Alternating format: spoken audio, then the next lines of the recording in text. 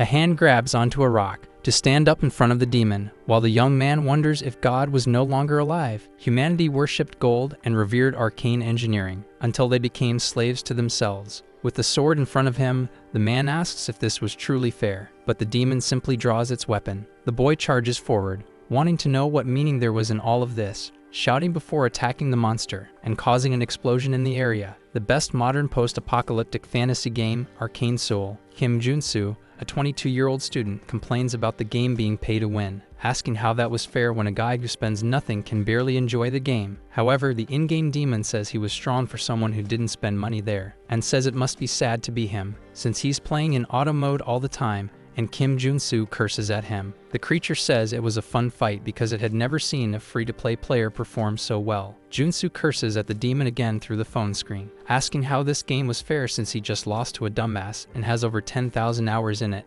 because it's literally a pay-to-win game. But he thinks the idiot is actually him, because he keeps wasting time in a game like this and still does daily missions before working, having no social life at all. Even after winning that, he thought the game's free spin would give him another Kim warrior. However, he looks surprised at his phone. A white chest appears on his screen, and the guy wonders about the platinum chest, wanting to know what it was, and shouting about it right after, since he got the SSR level character, Celestial Demon. He says that was the best unit in the game, and the chance of getting it from a free spin was 0.000006%. So he gets excited for having gotten the rarest character in the game, which would surely be the game of the year for 2024. He says he'll level up that character, since it can be upgraded just by defeating monsters, but the easiest way to level up characters in the game was using characters he had already leveled up before, and now he's no longer jealous of the hairs who spend millions on the game, deciding to use all of his Kim warriors to level up the Celestial Demon, saying goodbye to his Kims, because now he has a Celestial Demon. Another car approaches while the young man is off guard, almost running over the student.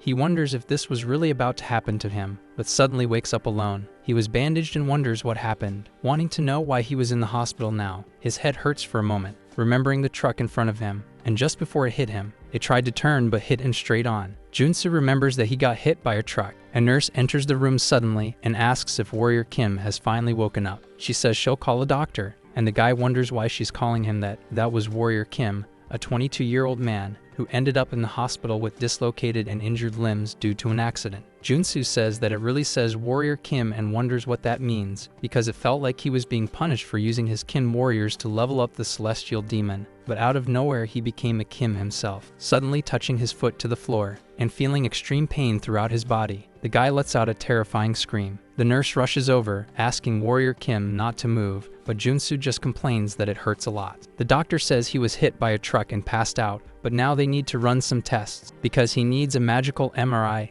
and an arcane X-ray, and Junsu repeats that in confusion, wanting to know what they were talking about with this Warrior Kim and magic. At the hospital reception, Kim is there. A woman calculates that, with the emergency room, hospitalization, magical X-ray, MRI, and other exams, all of it would cost 22 million won. Kim Junsu wonders why he has to pay 22 million if he stayed there for 4 days, but the woman tells him he doesn't have insurance, so he has to pay it all, which just annoys the guy, saying every Korean has government health coverage. The girl wants to know what national government even is because he has no Legion contract or Magic Tower insurance. The guy repeats that and asks what she's talking about, but he remembers those names from somewhere, trying to recall where he saw them before, because there was the Legion, the mega corporations, the Divine Tower, and the Holy Order, the 4 dominant factions of Seoul, and the same groups from the game Arcane. In a world where God abandoned humanity, arcane science developed greatly. The polluted land was filled with monsters, and humans modified their bodies to survive.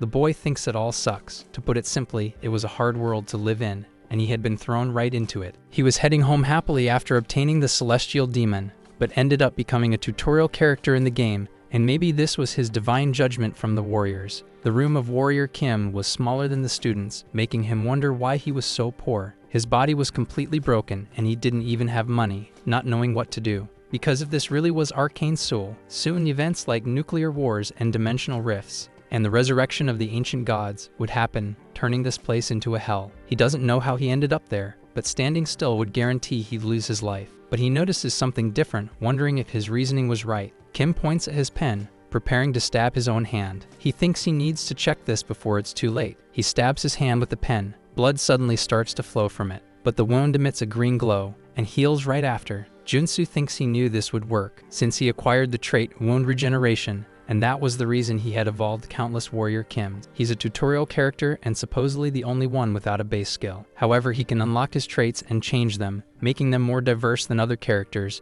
and for a strategist like him, that was better than being rare. In other words, now that he is warrior Kim, he can gain any trait he wants, regenerating all the injuries in his body. Arcane Soul. In this world, you lose your life if you're poor or weak. If lucky, you'd run away. But he wouldn't run, nor would he lose his life, because he would survive, having 10,000 hours of Arcane Soul experience as a free-to-play player, reaching global rank 9. Junsu gets ready to begin his journey. Inside the body of warrior Kim, he heads to a place called the Player Character Office. A bearded man asks if it's warrior Kim's first time at a player character office. The guy confirms and says he plans to get into the mana purification business, while thinking he needs money for this terrible role since all he got was a warrior Kim, and that's the only way to make money. The man puts his foot on the table and says it can be called mana purification, but asks if he really knows what dungeons are like, introducing himself as Choi Xiansu, director of the player office. Junsu says he knows, but the director questions it,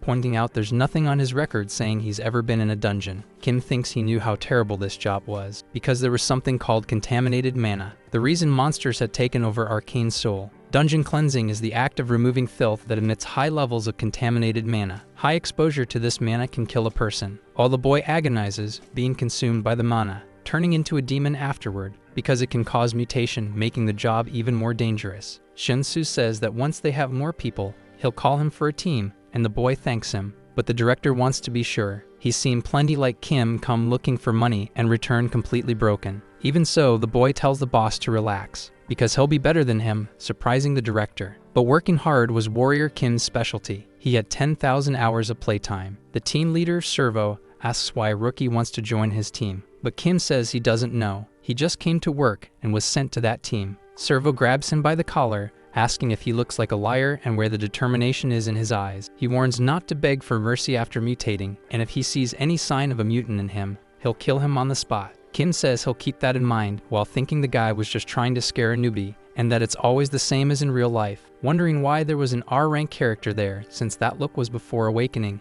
and they still looked normal. Another man approaches, asking Servo not to treat the rookie like that, since they already had few people, and that man had 5 years of experience in dungeon cleansing. Servo questions if he really looked like he'd be helpful, thinking it's strange that he hasn't mutated yet, but he walks away while saying he has exactly 4 days to cleanse this contaminated place. Junsu reflects that he was even more annoying here than in the game. However, the long-haired guy taps his shoulder and tells him not to worry, since the deer can be a bit harsh sometimes, but he's actually a nice guy. Kim finally admits that he understood. They arrive at a gate covered in slime. Then they say it's disgusting, and they'll never get used to it. Deer shouts that he'll open the doors and tells everyone to get ready. He presses the access button. That's how they enter the contaminated mana zone. The leader yells for everyone to hold their positions. The traces of contaminated mana crawl through the basement. Those are low-level monsters, contaminated slimes. Junsu reflects that the basis of the mana purification process and monsters are the contaminated slimes, since even though they're weak in combat, the reason they're hard to deal with is that even hitting them with a shovel, the slime splits in two and flies off, because they don't die unless you hit their mana core. The group members shout for each other to find the mana core because they'll be contaminated if this keeps up. But Kim quickly runs toward one of the slimes, yelling for his teammate to back off a little, and so he gets ready to attack with the shovel, since he wouldn't take responsibility for the damage, and strikes the contaminated slime, hitting a golden piece inside. The slime begins to dissolve and the man shouts. Kim comments with a smile that this was perfect, because now he was just starting to warm up, rising up from the ground with aggressive moves. The warrior charges through all the contaminated slimes in his path, slicing them and finding their mana cores, repeating the process until there's none left. One of the group members wonders what that was, because he was defeating the slimes with a single strike, wanting to know how that was possible as Kim heads toward the giant slime. Kim thinks it was totally possible. 2 days before the incident, he was lying on the ground and wonders where he was, because there should have been something around there, but he notices something strange in front of him, picking up a coin and saying he found it. That's how he acquired the treasure hunter trait. Kim is happy and says that this was the most important trait for warrior Kim, and celebrates having found 501, while people in the plaza think he's weird. Before the dungeon, Kim learned important things and acquired traits. He throws up in a trash can, expelling all the impurities inside while screaming, and gains the contamination resistance trait. Kim comments that that one was tough, but acquiring traits here was just like in the game. He only needed to meet the right conditions. And he admires all the traits he earned through hard work. You could have a total of 6 traits and switch them out whenever you wanted. The treasure hunter ability lets you find an opponent's weak point, and thanks to that trait, he can locate the mana core, dissolving the giant contaminated slime, forming a skull as it dissolves. Deer yells for everyone to be careful not to get hit. Kim is covered in contaminated gunk and says it was all worth it, since this warrior Kim ability was incredible, giving him resistance to contaminated mana. A bus drives through the city. Kim reflects that even with the help of traits, working all day is exhausting. Hedgehog shows up and comments that thanks to the warrior, everyone was leaving earlier. And just seeing that was amazing. He asks if Kim is expecting to awaken like Deer did, and Kim says he just knows how to use a shovel since he served in the military. His colleague says he really is amazing. Kim reflects that the mutation symptoms on that guy were getting worse, and it seemed like he had been exposed to a lot of contaminated mana. So he suggests the guy take the day off tomorrow since he didn't look well. But Hedgehog replies that he'd rather become a mutant than stay in debt. Kim thinks that makes sense since there aren't many reasons for someone to take this kind of job. He drives his shovel into the ground. 4 days later, Kim sighs because it was finally over. But it seemed like everyone was exhausted from this job. Someone throws up on the floor suddenly. Hedgehog drops to his knees, talking about his head. Kim just thinks that he told him not to push past his limit. But Deer walks over, saying that he looks ready for the next one, but it's like that because he's still too new, and says he never thought Kim would finish his contract, congratulating him for the good work. Kim jokes that he only managed it thanks to him, while thinking that actually, it was thanks to the traits he got as a cleaner, so the job will be way too easy from now on. And it seemed like he was used to it too, wondering if he really was an R rank, while Servo mumbled out of exhaustion. But then they hear a scream, and Kim turns around. Hedgehog starts getting consumed by contaminated energy. His friends ask if he's okay because of the spikes. Meanwhile, Servo rushes in, asking what the hell that was. Kim thinks it can't be happening. The team leader tells Hedgehog to hang in there because they're getting out of there. But he had already mutated, causing an explosion in the contaminated area. Kim thinks it's impossible. Hedgehog's body had already transformed. He became gigantic in front of the warrior. He had turned into a mutant. Hedgehog was now in his mutant form. He seemed to have lost all sanity, and if they tried to defeat him, everyone there would die. Since all the new traits Kim had gained were made for dungeon cleansing, they wouldn't help him now. No matter how much he thought about what to do, he kept coming back to the conclusion that it was impossible. Hedgehog prepares to attack. He throws Kim far away, slamming him onto the ground back first. Kim reflects that the power difference is too great, and at this rate, he could die. But then he obtains the trait Endurance. Kim realizes this is exactly what he needed. It's too soon to give up, and he asks himself how he's going to survive this monster. First, he needs to erase some traits. Strength will prove useful now, and Mana Heart will help control his mana, with Endurance reducing all damage taken. Mana Absorption lets him absorb mana, and Deep Breathing grants faster regeneration. And finally, the last piece, Corruption Resistance. Kim finally gets the basics ready for battle. Hedgehog charges at him again. Kim imbues his shovel with green energy, with the strength trait boosting his power tenfold. The warrior launches Hedgehog into the air with his strike. It was good, it was working, and he knew he could do it. Hedgehog crashes into a wall, but then suddenly curls into a ball. Kim gets startled by this. Hedgehog spins at him, using a rock to leap from the ground, preparing to hit Kim's head. The boy begs, for the love of God. As he's struck by Hedgehog, the creature pulls back, its claw dug into the ground, grinding its teeth at Kim, and the boy jumps off the ground with a leap, complaining that even with Endurance activated, it still hurts like hell. But if he stops now, he'll lose his life, so he has no choice but to keep attacking. One of Hedgehog's spikes bends, flying straight at Kim's face, and launching more at the warrior. Kim crashes to the ground, wounded, thinking he just had to hold on a bit longer. He just needed a little more, aiming to land a punch on Hedgehog, but blood flies again from behind him. Kim is completely torn up because of the spikes. Hedgehog rages once more, launching a spike that splits Kim's fingers apart. The boy screams, lying on the ground, saying that, just as expected, he can't beat Warrior Kim. Hedgehog slams the ground again. Playing Arcane Souls, Junsu had been surrounded in the game. He used to tell everyone to rush in, claiming he'd win with just Warrior Kim, and back when he played the game, it was all easy, since it only took a single click to hunt monsters. He never thought about how the character would feel. He would just put his characters through extreme situations under the excuse of efficient training. But now he knew everything, because he'd endured so much suffering just to obtain a mediocre trait, landing a hit on Hedgehog and throwing him far with that strike, because there was no better way. With the activated trait called Mutant Muscle, meant to win without paying any price, Hedgehog crashes to the ground on his back. Kim realizes the reason he attacked recklessly was because of the obtainable trait that comes when surpassing the limits of mana, heart, and strength, activating mutant muscle. And everything had led to this moment. Kim uses his mutated arm to block Hedgehog's blow, saying he doesn't feel pain anymore and dares Hedgehog to hit him again. But the creature covers its fist in spikes, striking Kim in the stomach with it. The boy wonders if Hedgehog hasn't even used his full strength yet. Now with his stomach completely corrupted, it begins to form something strange. Kim gains the trait Mutant Body, becoming gigantic as well. He thanks him, saying he's stronger now because of him. Hedgehog charges at the boy, and now that they're on the same level, the two clash with brute force. Deer watches from a distance and wonders what's going on because it's so loud. He sees Kim and Hedgehog trading blows equally. He's surprised by Warrior Kim's presence, wondering if he's a superhuman or something to be able to fight evenly against a mutant. Kim is thrown back, and so is Hedgehog. Both fall onto their backs on the ground. The warrior thinks it wasn't that easy, since his size had become similar to that monster's, but at this rate, he'd be at a disadvantage. But the creature gets up and roars, while Kim thinks he has no choice at this point, activating the contamination resistance trait. He says he has to believe in himself and tells himself to black out. Deer is shocked as he watches the scene. Kim's hand begins to deform. His face turns monstrous, unlike his normal appearance, becoming a mutant monster. Kim is ready to battle Hedgehog, but a circle forms above his head. He then releases a spell against the mutant, gradually erasing Hedgehog with the attack. He's thrown into a structure.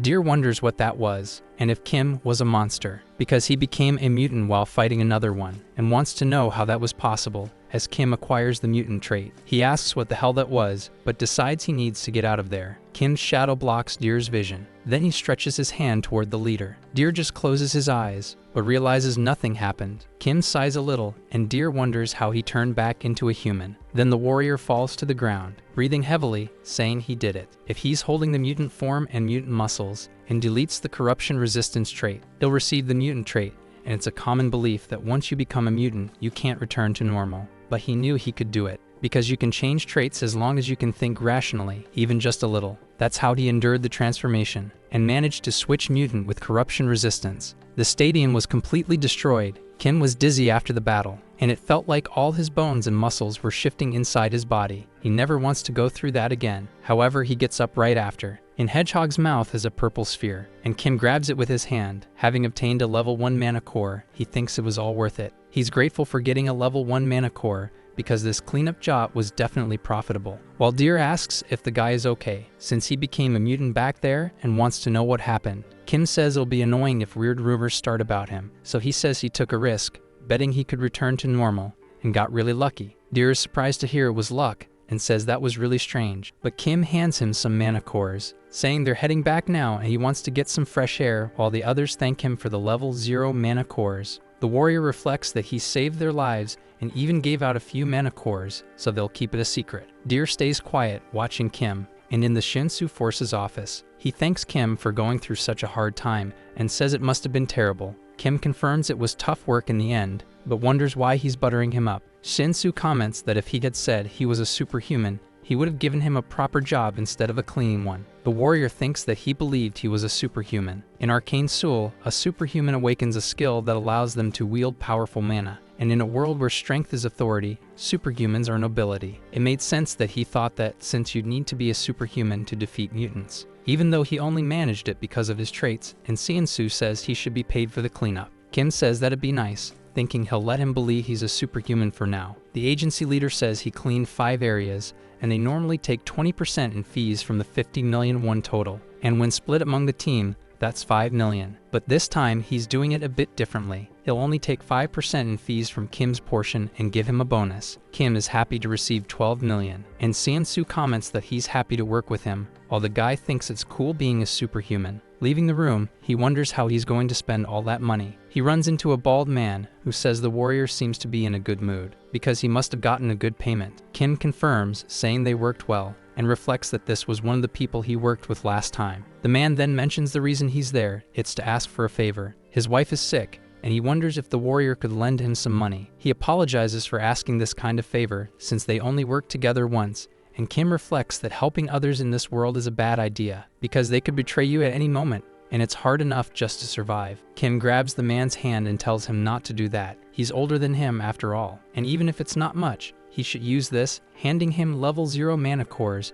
because he feels bad ignoring him. Later that night in a dark alley, the man shouts that Kim was an idiot since he only pretended to be a poor old man and ended up getting all that stuff. Servo wonders if he's new to this kind of thing, and the man bets that if he'd mentioned a sick child, Kim would have given even more. Still, it pissed him off that they were paying more to him than to actual workers, since Kim gave him money along with some of his own share to that fake superhuman. Servo sighs, saying he's not even a real superhuman, and that it's a good time to teach him a lesson. The old man asks if he has a good idea, and the leader asks if he doesn't see it already, as an evil smile forms on his face. Because that idiot must have some weird kind of ability. He says they already know his secret, and they're going to teach him a lesson, squeezing out all of his level 0 cores, because they're going to show him just how terrifying this world can be. In a massive luxurious building, Kim comments that money is definitely a great thing, and he never thought he'd live to see the day he'd get a massage in a place like that. This game was better than real life, but the master presses on his arm. Kim reflects that he spent 3 full days resting in the hotel, but still feels pain, and from now on, he'll have to think twice before using mutant mode. Changing traits isn't as omnipotent as he thought, and his body changes depending on the traits he uses, and the severity of side effects increases the more his body changes. The problem is figuring out how to survive while limiting trait usage. He notices something strange through the window, wondering if it's the Iron Fist gang since they're still walking around with that arrogant attitude. Arcane Seoul is ruled by local gangs, not by law. It makes sense, considering how many monsters are out there and how people rely on superhumans. And while he at least survived the first phase, it would be foolish to rely only on traits in a world this dangerous. So he puts a smile on his face, saying everything comes down to items. He heads to the item shop in Seoul.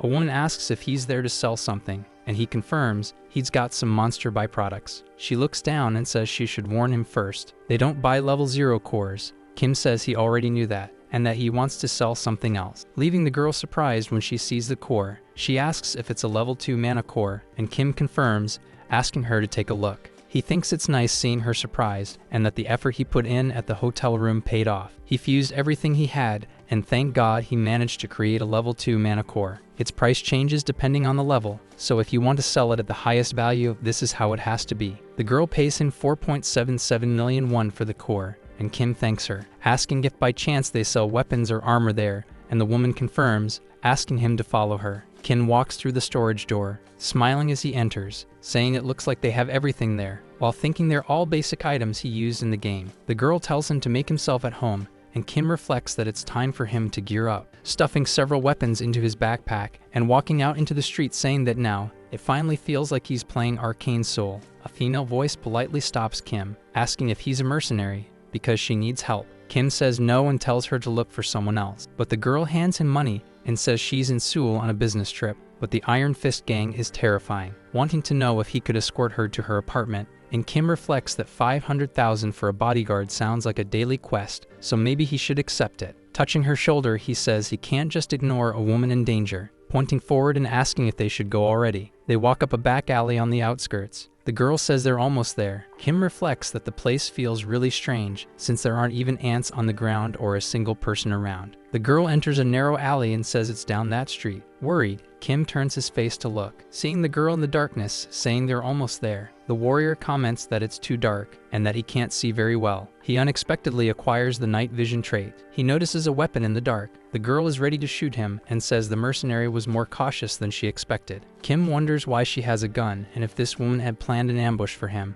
But Deer stops him from escaping, asking where his junior was trying to run off to, and says it's good to see him again in a situation like this. Kim questions what he did to deserve this. Deer says he didn't do anything, but he was dumb enough, and there's no other reason. Kim tries to run in the opposite direction, and the leader asks how he starts a conversation and then runs off like that, telling them to shoot at the warrior. The bullet hits Kim in the back. He falls down a staircase. Deer complains that she was supposed to shoot his legs, not his back. The girl says it was better than letting him escape, and the leader assumes he lost his life. He had turned back into a human after becoming a mutant, and he was sure some mage would buy the corpse. A companion says he'll take the bag and equipment for now. Deer says it can't be helped and they'll take care of that first. But the body was no longer there, and he wonders where it went. A skylight shatters above them, striking one of Deer's partners in the neck. They ask what the hell that was, and Deer wants to know if Kim is still alive. The guy tells him to bet on it. because he wasn't going to lose his life to someone who repays kindness with betrayal. He had left the armor shop already wearing a bulletproof vest, and thanks to that, he gained the trait he needed, called playing dead.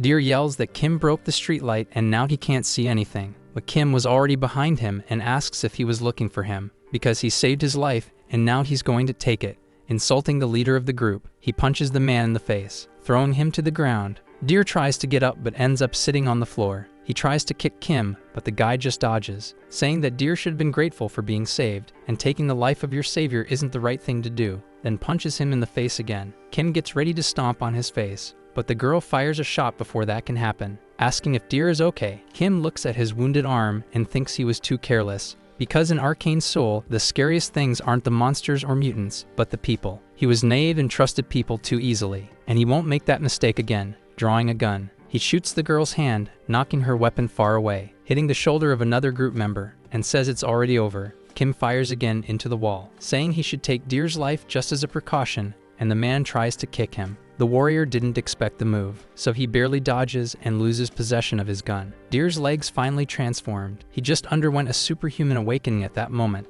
and they did a terrible job balancing this game. Superhuman awakening is something all playable characters are capable of. It's considered a basic progression system in the game. According to the world within Arcane Soul, a level 1 superhuman is strong enough to threaten a civilian carrying a rifle. In other words, he has to deal with a superhuman using nothing but his body. Deer slips out of Kim's line of sight, and the guy wonders where he went. The awakened man was using his skills. Deer's abilities are stereoscopic movement and kick. This stereoscopic movement power allows the user to take advantage of the incredible elasticity of his leg to move freely. Kim notices that he used his stereoscopic movement to scale the building wall. Servo shouts that he's going to send the warrior to hell, and Kim needs to dodge it. The warrior rolls away, trying to evade the strike. Then the awakened one asks how he managed to dodge it. Emerging from the ground again, heading toward the boy, he shouts that he won't escape this time. With a smile on his face, Kim says he has no intention of dodging, using an expandable bacon to block the leg, and calls him an animal, thinking that purchase was a good idea. A few hours earlier in the armory, he wondered if buying a weapon was worth it, but since Warrior Kim is a warrior class character, even if he got stronger, there's a limit to how well he can handle a weapon, and just in case, he decides to buy a weapon for the warrior class as well, picking up the baton in his hand. Each character has weapons and traits that are more effective for their class. That's why, to defeat Servo, he extends the baton again, because he needs to use a close-range weapon and the proper traits for a warrior. Kim attacks vertically, landing a blow on Servo's shoulder, and obtains the attack trait. His first class-specific trait was the warrior class trait, attack, and now he charges forward, using a downward slash, an upward strike, and a thrust, finally finishing his combo with a horizontal slash. Servo looks to the side as he dodges, trying a high kick aimed at Kim's head. Kim wonders how to dodge this opening, since he can't stop now after coming this far. So even if he breaks a bone, he'll keep attacking, striking Servo's thigh. The kick hits Kim's forearm, and the baton injures the awakened one's thigh. An aura surrounds the weapon once again, as the warrior acquires the trait known as Combo, the best trait for the warrior class in the early stages, using attack and combo to strike Servo. The awakened one begs him to stop, but Kim lands the final blow on his stomach, leaving Servo unconscious on the ground. As the rain falls, Kim gives thanks for defeating the awakened Servo. His hand turns a little red. He wonders what that strange sensation is, because his entire body aches, and even so, something is overflowing inside him. Wondering what it could be, an explosion erupts at the location. The day he discovered the harsh truth of Arcane Soul, awakening as a superhuman and level 1 warrior Kim, he opens his hand surrounded by aura, closes it, and thinks that he's now a superhuman. Then Kim happily shouts about his new condition, because he'll now start receiving offers for high-paying mercenary jobs and even loans with low interest. A man with a cigar asks if he did it. Kim turns around to see a large man standing before him. This is Iron Fist Kim, the second basic character given in Arcane Soul after Warrior Kim, a reinforced soldier with a prosthetic arm who specializes in firearms and precision shots. But the problem is, he's the leader of the Iron Fist gang. Kim says he fought inside their territory and probably stirred up trouble. The soldier asks if by any chance he even knew where he was before causing the mess, and the boy replies that he was attacked and couldn't afford to die there. The gang leader cocks his gun and asks if they think they're scarier than the Iron Fist gang. Kim realizes that if he keeps fighting, he'll lose his life for nothing, but the soldier places the gun to his chest and tells him he made a terrible choice, because he's about to find out what happens when you mess up their turf. Kim glares at him fiercely, asking if that's so, and says he overlooked one thing, grabbing the weapon in his hand and stating that he's not the type to lose his life so easily. Pulling the trigger, the soldier reflects that he fired the gun himself. Kim wonders what that was as he stands up, because it only tickled, and now he's healing thanks to the regeneration trait. The soldier jokes that he's got quite an interesting ability. Kim asks if it's the evolved version of the wound recovery trait, known as regeneration, a trait obtainable once you become a superhuman. And it'll all be over once they underestimate him, because he's going with a bluffing tactic, saying he didn't survive out of luck,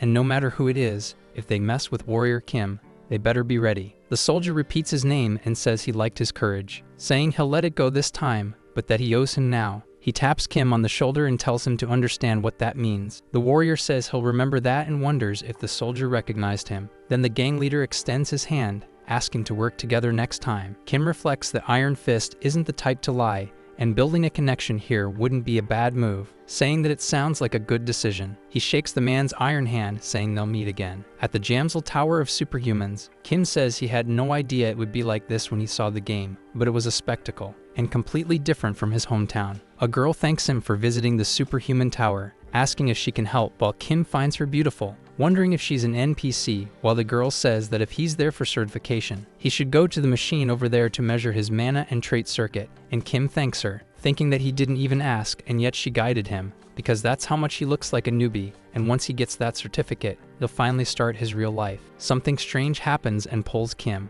as people bring their hands together and say that the saint is there. Kim thinks this was a unique airship, with a rune taking over the floor of the building. That was the order of the old father, and he wonders why there's a boss here, because he's still in the tutorial timeline, and she's a saint instead of a boss, while people pray to her. As the story progresses, it's revealed that the order is actually a cult disguised as a religion, and they begin attacking civilians indiscriminately. People wonder if the saint is there for a mana test, because she probably wants to renew her level. An aura surrounds the saint. As she smiles up at the sky, Kim says it looked like a noisy mana scan. The circuits turn yellow. The aura begins to fade. Looking toward the sky, the saint continues to smile. The citizens pray anxiously. The saint is in the priest class, with mana level 8 and a 6-layer circuit. Whispers continue about the saint's traits and their 6 abilities, while Kim reflects that this wasn't the time to be hoping for things. A level 8 superhuman can be compared to an aircraft carrier squadron, basically a walking national level superpower with enough strength to wipe out Seoul in the future.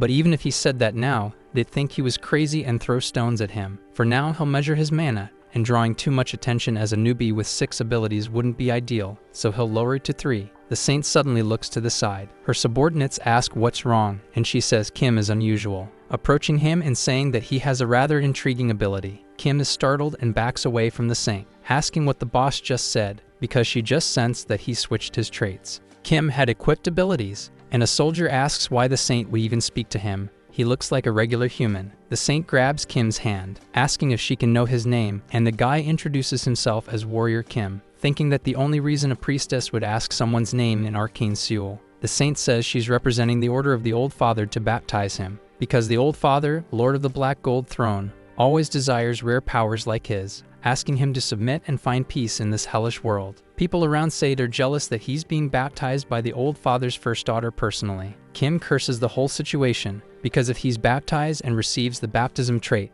he'll have no choice but to become a paladin of the order. However, the Order of the Old Father loses the war against South Korea to major figures of Arcane Seoul. He strengthens his grip, pulling away from the saint as he thinks he doesn't want to be forced into betting everything on a cause doomed to be wiped out. The citizens continue circling. Kim says he refuses to be baptized, leaving the saint stunned, saying she must have misheard him. The warrior denies it because he's serious. The saint says he is free to serve or to refuse to serve. However, the Old Father already set his eyes on him. She places her hand on his shoulder and asks him not to forget that a sacred seed has already taken root inside him. And if you can't overcome this small seed, your fragile free will have no meaning at all. Kim was burning while kneeling. The residents wondered how a newbie dared to refuse a baptism and felt sorry for him. Kim was suffering from divine fever, where he'd endure infinite pain as punishment, and he thought he was prepared for it, but it still hurt like he was on fire. Divine fever is one of the strongest debuffs in Arcane Seoul, and by causing endless burning pain, it prevents a person from living their life, and the only way out is through baptism. He refused it because he thought about the future, but it seemed like he was about to lose his life right there. His eyes rolling back as he begins to lose consciousness. Water is splashed onto his face. Kim wonders who it was. It was the girl who had guided him earlier, asking if he was okay. No one helps anyone during divine fever because of fear the negativity might spread to them, but he was grateful. So he decides to endure just a little longer. Kim acquires the Divine Endurance trait, extinguishing the flames little by little, thinking he didn't refuse the baptism without considering the consequences. Aura expands in his imagination. The first condition is acquiring Divine Endurance, and now he needs to gather more mana inside him, equipping this trait onto his body. The girl continues to pour water on him. Kim reflects that it feels like the water of life in this painful moment, and he needs to focus on this contrasting sensation. Fire and water concentrate at his core, the burning pain and cold reason using the mana within him to extinguish the flame, releasing all the energy from the divine fever. A strong wind blows the guide away. Kim acquires the Mana Barrier trait and thinks that he obtained the trait a defensive warrior should have, called Mana Barrier. The guide asks if he's okay, and Kim nods, saying it's all thanks to her. The residents wonder how he overcame divine fever without being baptized. Kim reflects that he didn't fully overcome it. It was just a temporary measure using the barrier, but at least he was free from the burning pain. The black flame was kind of cool, saying it's time to measure his mana. The bar begins to charge, and the scan is completed, revealing Warrior Kim with mana level 1 and a 6-layer circuit. People comment that he's a super rookie, and that's why the Saint wanted him, but the warrior thinks he drew too much attention, and his goal was to get strong quietly. The guide congratulates him, saying she's never seen anyone with a 6-layer circuit from the beginning, and asks if he'd like to go issue his Superhuman license. Still at the Superhuman Tower, the girl hands him the license, congratulating him for officially becoming a certified superhuman. Kim reflects that he worked hard to achieve this. The girl offers to explain all the level 1 special privileges, but the warrior declines. He already knows everything. With reduced fees, the right to carry weapons, and as he levels up, he'll gain exemption from taxes, immunity from imprisonment, and access to all transport and benefits. The guide comments that he knows quite a lot, while Kim says he's a PhD in superhumanology, and that he doesn't like to waste too much time, asking if there's a way to leave quietly without the crowd outside. The girl agrees, saying she already prepared something. Kim is surprised by her reaction, as she tells him not to worry and to follow her. The warrior thanks her for taking such good care of him, even giving him a stealth cloak and showing a secret passage, and the guide says it's no problem to help others. Kim acquires the stealth trait and thinks he got a skill for free. The guide points ahead and says he can exit that way. She can only bring him this far due to the rules. The warrior thanks her, saying it's more than enough, and the girl says it's no trouble. Kim reflects that he didn't know someone so kind could exist in Arcane Soul. She's beautiful too, and once he's strong, he'll return the favor. Wondering what her name is since he has the business card, Kim is completely shocked when he reads the name, because it says back Serin. She's one of the 3 strongest characters in the game, a berserker who always had a terrifying appearance. He thought it was strange that her face seemed familiar, someone who always had such a fearsome look in the game, so much that he couldn't even imagine it. To think Beck Serin was someone so kind. He wants to know what the hell happened to her. Kim slices through the last slime of his mission. He thinks that being a superhuman is awful. He had been clearing out this monster cave non-stop for a week and was completely exhausted. Sitting down on the floor, he says he finally finished the cave and he's already this tired because the efficiency was terrible. All of it was because he had to focus his traits on maintaining the mana barrier. If he could customize them just to clean the cave, he would have finished hours ago, but he couldn't do any other work because of that cursed debuff. So he needs a potion called nectar to eliminate the divine fever. But it's so expensive that this cleaning job won't cover the cost. Kim's phone vibrates in his pocket. He wonders how many times Director Choi is going to call. It's so annoying, and says he's had enough of him. But he gives up on ending the call since he just got a great idea. He heads to the Shiansu agency. The director says that someone who overcame the divine fever without being baptized, and the man who started with a 6-layer circuit, is an honor to meet. Kim agrees, saying things just ended up that way. They ask if he found the job he requested, and Choi complains, because it's really difficult to do that, as nectar is a medicine that can only be acquired through quests from level 5 superhumans or higher. Kim complains that if he can't get it, he'll just leave, but the director begs him not to do that because it involves his contract, and it's clear he'll manage. While reflecting, since it's Director Choi, he knew he'd find a quest with nectar as a reward, and asks what the mission is about. The director places a tablet on the table and asks if he's heard of Number 1 Security. Kim says it's the first time he's heard of them, and that it sounds like a security company. Choi explains it's a private military company and one of the biggest in the industry, where the president and vice president are a couple, both from traditional martial arts families. The warrior comments that for a rich family to post a request like this,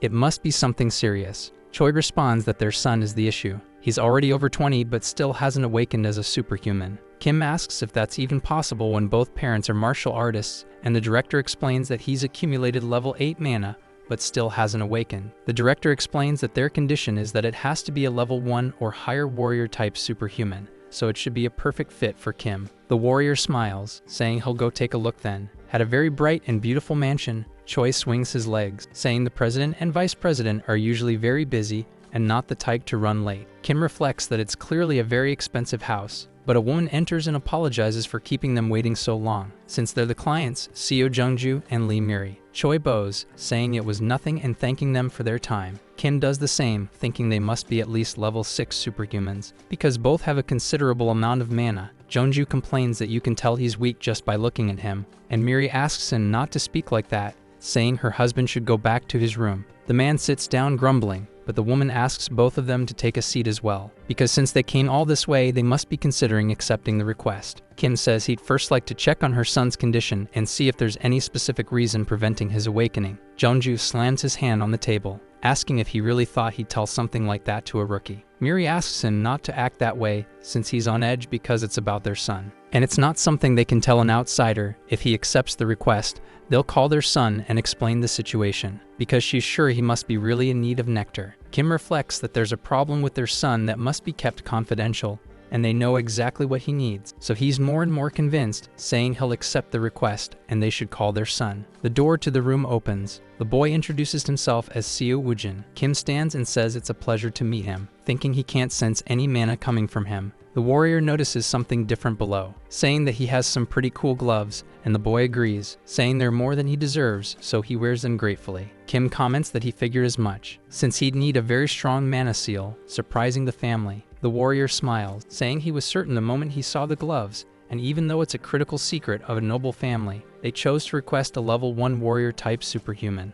and he used the nectar as bait to bring him there, because Mr. Woojin had also been baptized by the order of the old priest, and the reason he wasn't able to awaken was because he rejected the baptism and sealed his mana to avoid divine fever. Since he couldn't make that public, he had been suffering. He must have heard the rumor about a level 1 superhuman who overcame divine fever, so he decided to seek him out. Woojin is completely stunned by his insight, saying it's amazing, he doesn't need to explain anything else, and almost thought Kim was the protagonist of a detective series. Kim just comments that it's a matter of reading, while reflecting that there's nothing to fear when you know the future. The moment he saw the photo, he already understood, because in the future, Seo Woojin becomes the paladin of the vanguard of the order of the old priest. He refused baptism and held on, but his parents lost their powers, and then he gave in and joined the order of the old priest. Jungju approaches, calling Kim sir, and asks if there's any way for his Woojin to escape baptism. The warrior reflects that he was super arrogant a moment ago, and now he's acting all polite, so he confirms that there's a solution. He thinks about how he played Arcane Soul for 10,000 hours and obviously knows how to escape, placing a hand on the boy's shoulder and saying he understands the pain because he suffered too. So he should trust him because he'll get him out of this.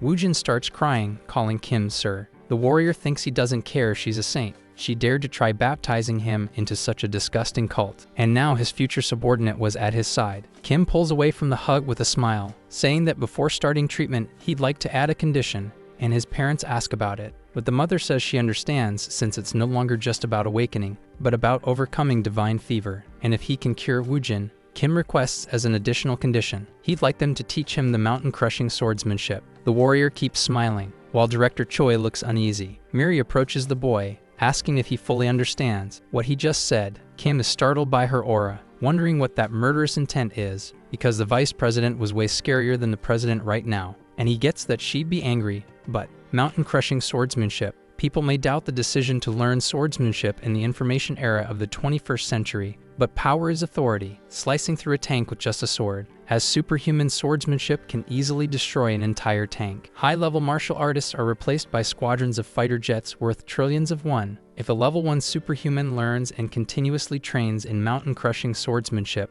they can reach level 4 effortlessly. It's basically cheating. He remembers that only elites are allowed to learn that swordsmanship, wondering if he crossed the line, and Kim agrees, but only if he completes the mission. Woojin calls out to his mother, causing her murderous intent to fade. She finally accepts that it's okay, because if he succeeds, she'll give him a memory chip containing mountain-crushing swordsmanship along with the nectar, leaving Kim stunned. He thanks her, thinking he really believed Miri was going to kill him, and now he got the sword technique too. Miri says, however, if he fails, she and her husband will be disappointed and angry. Kim assures her that won't happen, and says it's better to start as soon as possible. They head to a room with a mana focus circle and 200 intermediate grade mana potions. Miri says she prepared everything he asked for, and Kim agrees it should be enough, and he prefers to be alone with the patient during the treatment. The woman apologizes for what happened earlier, because her Woojin was baptized by force before entering school and never had the chance to make friends, let alone go on a family picnic. He had to suffer, unable to leave his room under any circumstances. It seems they became overly sensitive about the cause of the situation, and from now on she will leave everything completely in his hands. Kim reflects that everyone in their family had to suffer because of the Saint's trap. Woojin thanks his mother, saying he's okay, and the warrior thinks that in the game, he ends up turning against his family and becomes cold in the future. He kind of feels bad for them, so he reassures the lady, saying he'll make it work no matter what. Alone, Kim says they're going to start now, and Woojin asks what he has to do. The warrior asks why he's shaking and tells him to calm down, but the boy assumes he's going to torture him, using injections and shocks to awaken his power. Kim asks what kind of treatment they've done to him so far, and the boy thinks that the general treatment to cure divine fever is to drink nectar after awakening. But Woojin has too much mana in his body, and the fever was severe for him. But the warrior kneels and says there's no need to worry because everything seen during training must be kept secret, and the boy promises. So they begin, and first Kim has to expand the mana barrier to its absolute limit. Then the barrier starts to weaken and the warrior complains about the heat. But he uncaps the potions in his hand. He drinks while Woojin tries to call for help. Kim simply tosses the potions behind him, opening 2 more for himself to drink, thinking it was a horrible deal. Already having drunk several vials, he obtains the trait Medicine Addiction, where received damage and mana consumption increase, but the effects of medicines are abnormally enhanced, and he thinks about his focus on mana. Using Area Darkness, which creates a shield over a designated area, Kim wipes his mouth, saying the divine fever has been completely pushed out of the barrier. Woojin yells that it's too much, and the warrior says it's way too early to celebrate, because he'll have to remove his mana sealing glove and stick his hand outside the barrier, since he's going to have to grab his hand. Woojin says the 2 divine fevers will start a resonance reaction. Kim steps out of the designated barrier, and says his fever will be manageable since it's within the barrier, and not to ask why, just follow his orders. Woojin thinks this is the first time he's removing the glove, slowly pulling it off his hand. That's when the resonance begins. Kim wonders how much mana he has inside his body, and says it's terrifying, but he has to grab his hand. Sensing something frightening in his divine fever, Kim thinks it hurts a lot. More than when the saint baptized him. It felt like his bones were being shattered, and he has to maintain focus to endure the pain, and thinks it doesn't matter if it's the saint or the divine fever. Then he jumps toward the barrier, falling on top of Woojin. Kim is completely out of breath, holding Woojin's wrist, and says it was a success. He's acquired the damage absorption trait, where the user can absorb damage from others. Woojin mentions that he removed the glove, and it was tolerable. Kim smiles because that's why they had to go through all of that. Beyond the barrier, he used damage absorption to take part of Woojin's divine fever, meaning Woojin's fever was weakened. Then he says this is the final stage as he draws his sword, asking Woojin not to stop and to keep attacking until he awakens. The boy agrees because it's time to use the swordsmanship he trained with all his life. Then he assumes a different stance, attacking Kim's arms. He moves behind the warrior, saying he broke an iron gauntlet with a wooden sword and acquired the trait Protect. But even with that trait, he'll be in critical condition if he takes another hit like that. And it's absurd to think Woojin hasn't even awakened yet. The monster's sword approaches, and Kim wonders what kind of swordsmanship she taught that boy, because he's having trouble dodging his strikes. He collapses to his knees on the ground, gaining a trait called Evasion. Kim makes a decision because he's about to awaken. Woojin's mana is gathering. Kim wonders how the sword and Seo are glowing the same color. He's at SSR rank, being called one with the sword. Kim thinks he's reached a state where the sword becomes a person. It's an insanely overpowered trait for a warrior class. But this guy is really strange, because he's in a complete trance. Kim would lose his life if he got hit. First, he has to use every defensive trait possible, and focus the barriers on both his arms. With the help of the mana focus circle in this room, he combines 2 skills to block the attack, and is thrown far away because of it. A shield forms on the ground. Kim acquires the Mana Shield trait, combining the traits Mana Barrier and Protect to create the Mana Shield. Woojin being one with the sword almost cost him his life, and the boy lets out a faint groan. Kim is shocked by this. Seo's eyes return to normal, and he collapses to the side on the floor. Kim asks how he dared to lose consciousness so peacefully after nearly taking his life. Noticing the boy was nearly asleep on the floor, and he had lost control a bit after awakening. In the game, Si Woojin was a powerful SSR ranked character,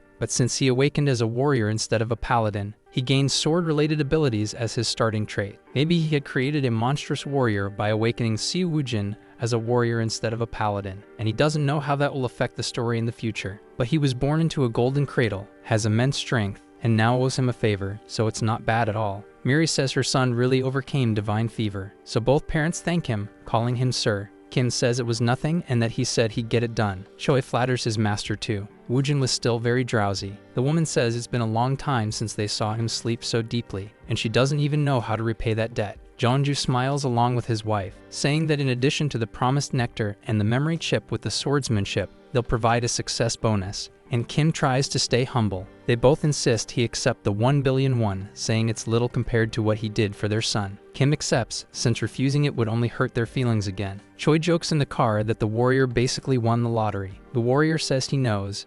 They're gorgeous. While driving, the director asks if he's going to drink the nectar now, and Kim agrees, saying he plans to take a break from dungeons for a while. Choi says that's understandable. He doesn't want to attract the attention of the Order of the Old Priest, or of those who've heard about his rewards, but it's a shame because if he refined the nectar and drank it afterward, his mana would increase a lot. Kim agrees with his words, thinking that if he refines it and drinks later, it could significantly raise his superhuman level instead of having to spend resources to cure divine fever. Arriving at a hotel building, Choi calls out to the warrior and says he'll find the necessary equipment to refine the nectar, and he should consider drinking it later. Kim smiles and thanks him, saying he'll think about it. He uncorks the nectar, saying he's going to drink it right now, since he learned how cruel the world of Arcane Seoul can be during the Servo incident, and he can't guarantee the director won't betray him. With the traits of medicine addiction, mana absorption, and potion dependency, he can maximize the nectar's effects anyway. Throwing the bottle to the floor, Kim begins to feel pain, saying it feels like every muscle fiber is being broken down and rebuilt, and an incredible amount of mana is being stored inside him. Being completely tormented by the potion,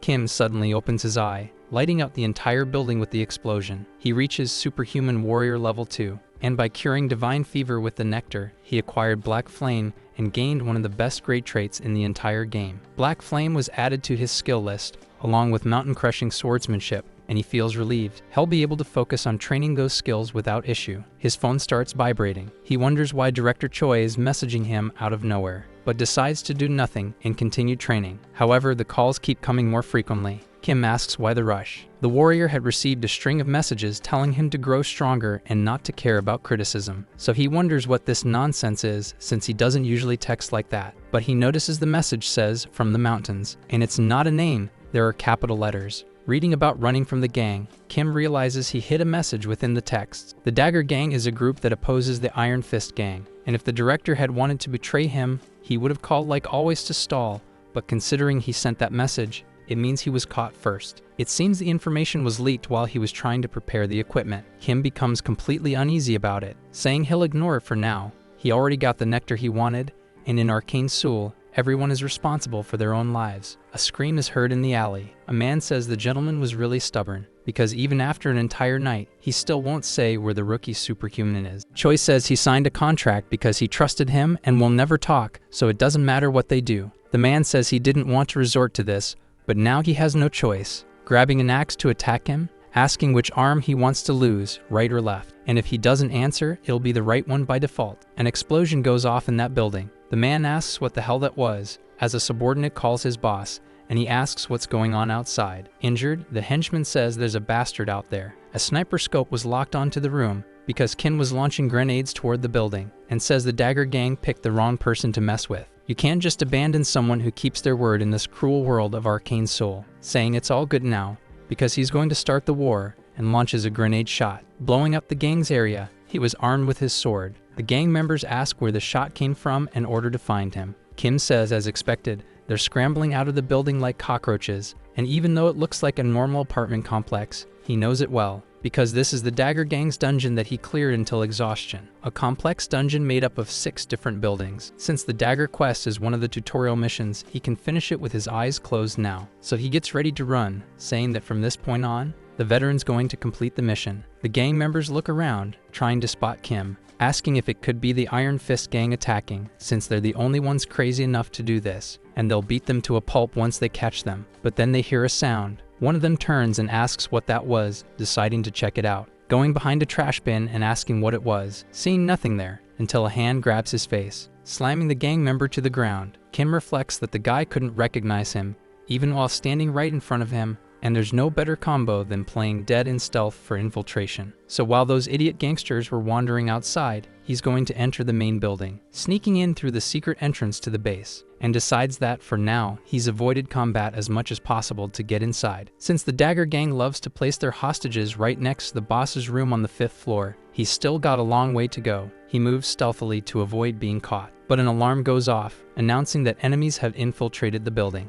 and all members must arm up and gather at the designated meeting point. Kim complains that they already found out. He heads to a door to infiltrate deeper. The gangsters talk about the minigun, while Kim targets their weapons and feet. They call for a counterattack while cursing at Kim. He tosses a grenade into the air, causing another explosion in the building. Kim says taking the long way isn't his style, and one grenade isn't enough. He fires off all his remaining grenades. Explosions erupt as he says it's great because they really enjoyed his little gift. The smoke in the room clears. Kim looks at the bodies on the floor, wondering if that's all of them. But there must be a survivor. He can't let his guard down, and one of the gangsters pulls a gun, shouting for him to go to hell, firing at Kim's face. But the guy just dodges, having unlocked the sensory trait. Now that he has the trait he needed for this dungeon, it's the gangster who's going to hell. So he punches him, saying he's heading up now that all the weaklings are dealt with. He climbs the stairs slowly, thinking he may have made it to the 4th floor without a problem. But the real danger starts now. There will be gang members waiting on the 4th floor, right before the 5th and the boss room. Sneaking along a wall to observe, Kim is startled by what he sees ahead, because there's no one there, not even in the betting room. He thought something was strange, and he needs to focus, acquiring the focus trait. Kim hopes he can hear something from the floor above, noticing a drone flying by, which drops a grenade to the ground, detonating a flashbang. Kim complains that it's just to blind him. An assassin approaches from behind, trying to stab him stealthily, and wounds his shoulder. The Dagger Gang's boss calls him a little rat and says he caught him, but Kim blocks with his shield and asks who he thinks he caught. The assassin backs off, asking how his dagger didn't pierce through. Backing away from Kim, the warrior asks if he's not the one acting like a rat, and who exactly he thinks he's calling that, reflecting that he didn't expect the boss to show up on the 4th floor, and that was dangerous, because this wasn't a game, but he managed to read the patterns. As the flash grenade exploded, Kim closed his eye, thinking that a flash is the usual pattern for a chain attack when entering a boss room, and he had to equip sensitive and focus before the boss appeared. The leader of the Dagger Gang was an assassin, and he had to rely on his 5 senses to feel where the attack would come from. The assassin complains that Kim blocked his ambush, and Kim tells him not to be so surprised, drawing his extendable baton, and saying he'll make him regret choosing him as a target. He charges at the assassin. He attempts a horizontal slash. The assassin comments that he's acting way too cool for someone so slow, throwing a dagger at Kim. The weapon gets closer and closer to the warrior, but it hits and deflects the dagger away. He reflects that, as expected of an assassin, he was fast, and he only survived thanks to his sensitive and focused traits. There was poison magic imbued in that guy's dagger, and even the slightest touch would send Kim straight to his grave. The longer the fight dragged, the worse it'd get. The assassin says he was lucky, and if he surrenders now, he'll only take one of his arms. Kim tells him to stop talking crap and come at him. That gang leader laughs, saying he can tell he's a shooter just by how poorly he holds the sword, and he's got a big one too. The warrior reflects that he was assuming his class was a reinforced soldier just because he used firearms.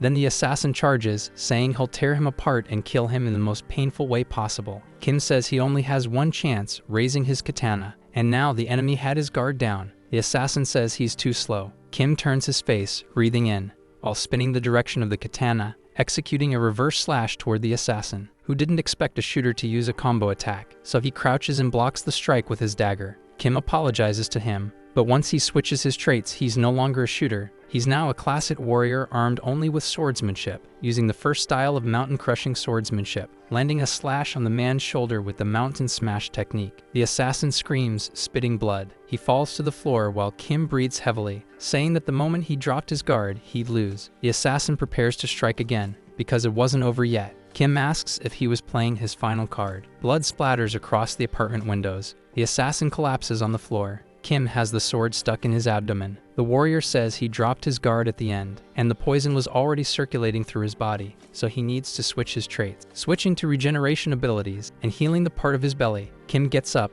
complaining that he can still take it, but it hurts a lot. The gangsters receive orders to head up, since there's an intruder in the building, so Kim says there's no time to waste. He has to get out of the building as fast as possible. In the Dagger Gang's 4th General's room on the 5th floor, Director Choi falls from his chair, thinking he has to get out of there quickly. But someone appears in front of him. Kim asks how he ended up getting caught, since he was pretty tough, and Choi asks if he came to rescue him. The warrior says they should get out first, because others are on their way, and the director agrees. He tries to stand without assistance. Kim curses the gangsters for what they did to him, telling him to get on his back. Choi hesitates, but the warrior says they're in a hurry to get somewhere safe. He thinks that even after suffering so brutally, the director still remained loyal, and while Arcane Seoul seemed like a hellish world, he can still be surprised by touching moments like this. So they head to Shinsu's agency, drinking several healing potions. Kim acquires the poison resistance trait and says that drinking the potions flushed the poison from his system. Choi shows up with more cans and tells him to feel free to drink them all, but Kim declines, saying he's already had enough. The director says there's no way to apologize enough because the information was leaked while he was preparing the nectar, and he shouldn't have trusted his staff. Kim agrees since he already drank the nectar anyway, leaving the director stunned, but the boy says that if he hadn't drunk it, he wouldn't have been able to save him. Choi complains because he had to drink such a precious nectar to save him, and Kim reflects that it wasn't his fault, but he would let him think whatever he wanted. A knock is heard at the agency's door. The director wonders if the Dagger Gang had already arrived. He asks what they should do, while Kim turns around and says they should welcome the guest, opening the door and being surprised, because it was the Iron Fist Gang and its leader, Kim of the Iron Fist. Kim welcomes the group. Iron Fist says it's absurd to think he wiped out the Dagger Gang, as he knew Kim wasn't just any guy, and asks why he called them there. Kim thinks it's because it's his turn to receive the reward for the difficult mission. The Iron Fist Gang and the Dagger Gang are rivals fighting for power over the Silum area. In the game, the tutorial asks the player to eliminate the Dagger Gang to help Iron Fist. By destroying the Dagger Gang, the Iron Fist offers many rewards. He then asks if Kim is planning to create an organization or something like that, and Kim denies it, saying the reason he was there today was to say he could keep the Dagger Gang's territory, because he prefers to be alone and has no intention of entering the underworld, so this was the best way to repay his debt from before. Iron Fist says it's an offer where he loses nothing, and it sounds a bit too much for just a debt. Kim jokes that they're on the same page now, because now that he owns the Silum area, he should grant him a wish, and Iron Fist asks to hear it first. Kim reflects that it's something everyone likes to have. He wants a house for himself. Iron Fist repeats the request. Kim explains that he works alone in this harsh world and realized he needs one, complaining that his stomach was injured during the fight with the Dagger Gang. So the gang leader agrees since Kim got rid of their rival gang. The warrior praises how straightforward he is. Iron Fist Kim asks what kind of house he prefers between a luxury mansion and an apartment, but the guy declines, saying he needs a secluded house with guaranteed security and soundproofing, and also he needs a training facility in the basement. The gang leader repeats that, and says he has a house with those specs, while Kim crosses his fingers. The house was located on the outskirts of Silum, right at the top of Jeonnubong. Kim reflects that this is the exact house given to the player as their first base in Arcane Seoul. He relaxes at his table, and says this is what it's like to have a real home. And he loved how pure the air was there, and the view was perfect. Such a beautiful and magnificent house. Kim comments that when he first fell into Arcane Seoul, he had no idea what to do since the hospital bill was around 20 million won. But now he has a house that's closer to a palace. Not only that, he has the money from security number 1 and Director Choi, enough to stay in the hospital for a whole year without worry. But here in Arcane Seoul, there's no time to enjoy success. As soon as the game's plot progresses, evil villains like the Saint of the Old Priest's Order will appear and destroy the city. Kim picks up his pickaxe, because now it's time to look for the real reason he chose this house, heading to the underground training facility, saying it should be somewhere around here, and now they're going to work. He strikes the stone wall. Everything collapses in front of him, leaving him surprised. He comments that it seems like his skill is working, and he might finish this faster than expected, digging downward as fast as he can. Kim complains that he didn't know when he played the game that the treasure was buried this deep, but there's no turning back now, and he was going to get out of there soon. A liquid begins to seep from the stone. Kim starts to drink that water, gradually regenerating with energy, and he loved that taste because he could feel his body healing in real time, and that's the effect of the mana spring, a spring full of mana. Even characters whose HP drop to 0 can recover quickly when soaked by the mana spring, and most debuffs disappear, showing its incredible therapeutic properties.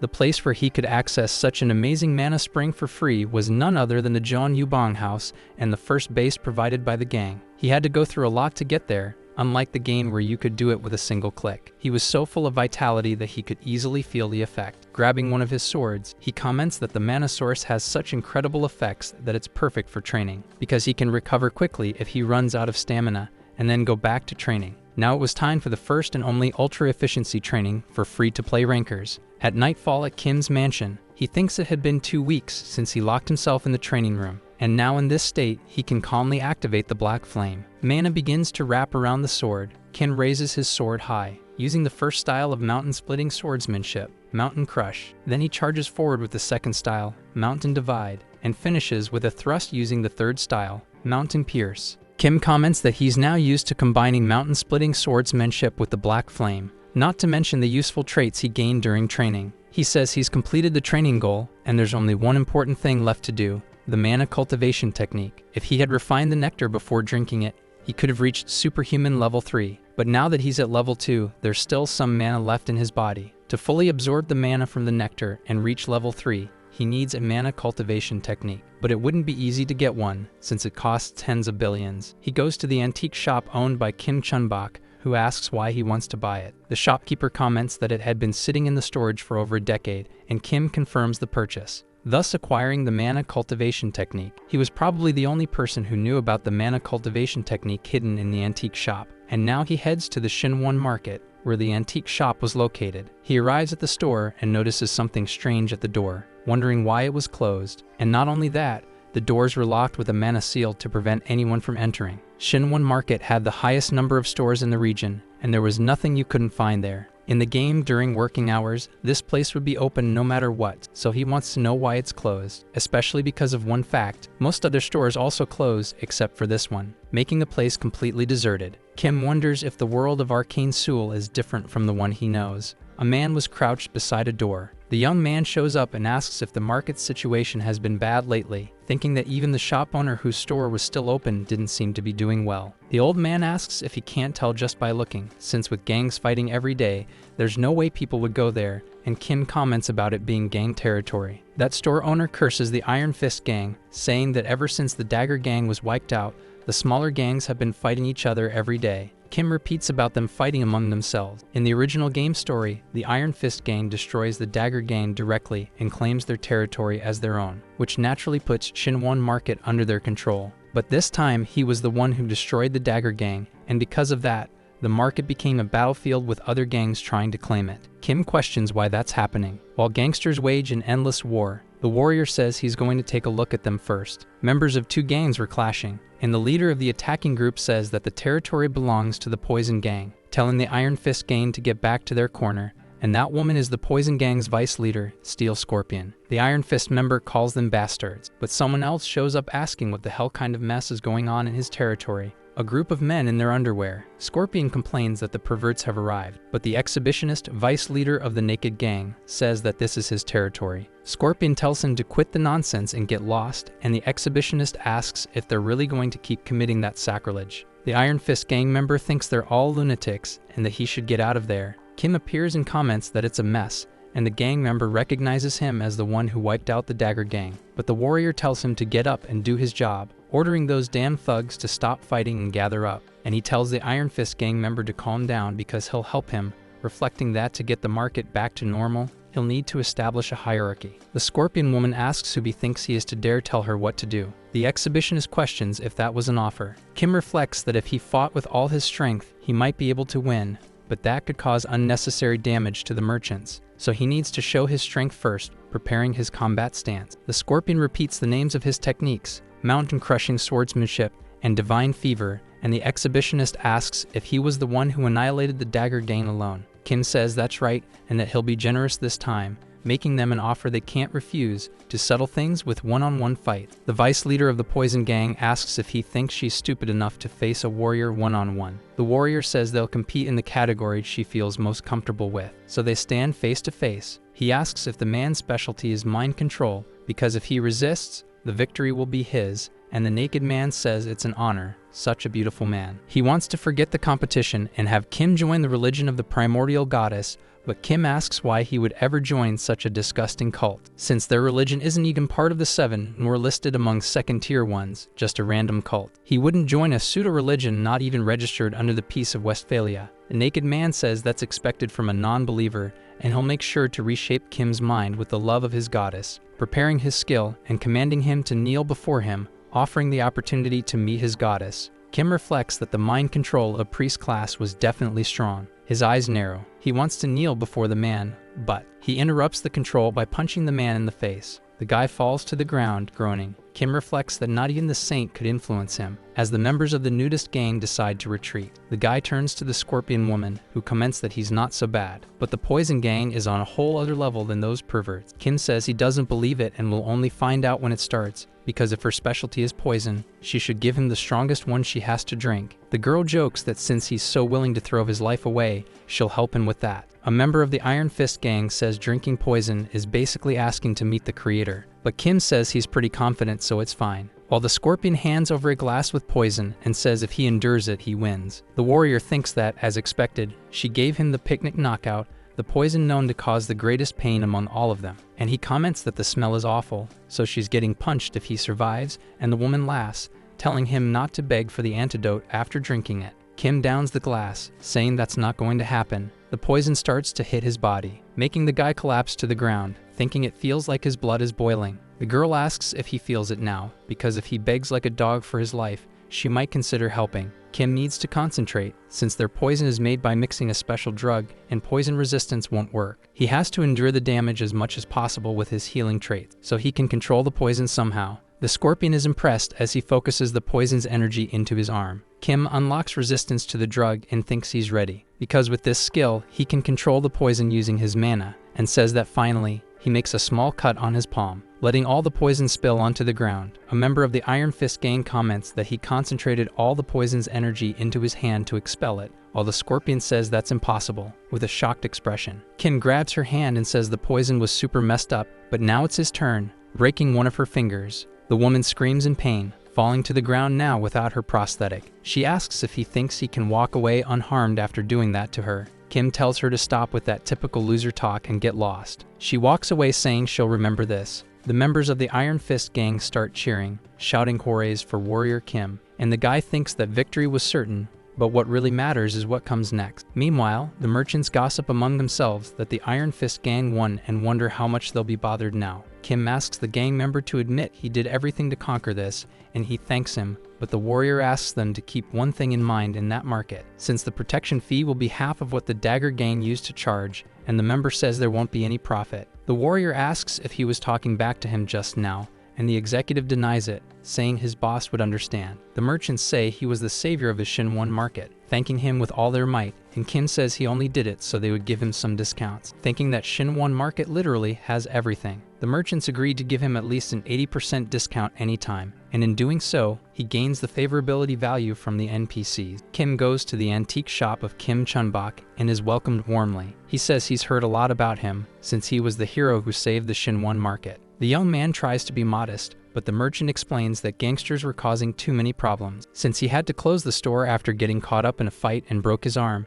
and Kim asks if he got proper treatment. The old man says he received Kinsong therapy and it was effective, because if it weren't for the therapist, he'd still be stuck in the hospital. Kim asks if there's a Kinsong therapist in Silim, and the old man offers to introduce him, but the young man says he wants to buy something first. The merchant tells him to feel free because he has everything, except for what he doesn't. Kim says there's a lot of good stuff there, but he wants to see the items downstairs. The merchant asks how he knows about that, and Kim says he has his ways, while thinking the guy shouldn't underestimate a no-lifer with over 10,000 hours in the game. They head to a restricted door. Chunbok says he usually doesn't show that to new customers, but he'll make an exception for him, presenting his collection of magical goods and telling him to feel free to look at everything there. Kim Chunbok had many unique items back when he played, but above all, he has the Horn of the Ancient God, which contains a sealed cultivation technique, and was a totally broken item, and now that the top priority has been secured, he was going to take everything useful. Laying the products out on the table, the merchant says, as expected, he has a sharp eye for detail. 5 colored diamonds, magic glasses, magic gloves, and the Horn of the Ancient God were all rare items. The total came to 2 billion won, and Kim repeats the amount in surprise. Chunbok says that would be the price for a stranger, but since he's the guardian angel of this place,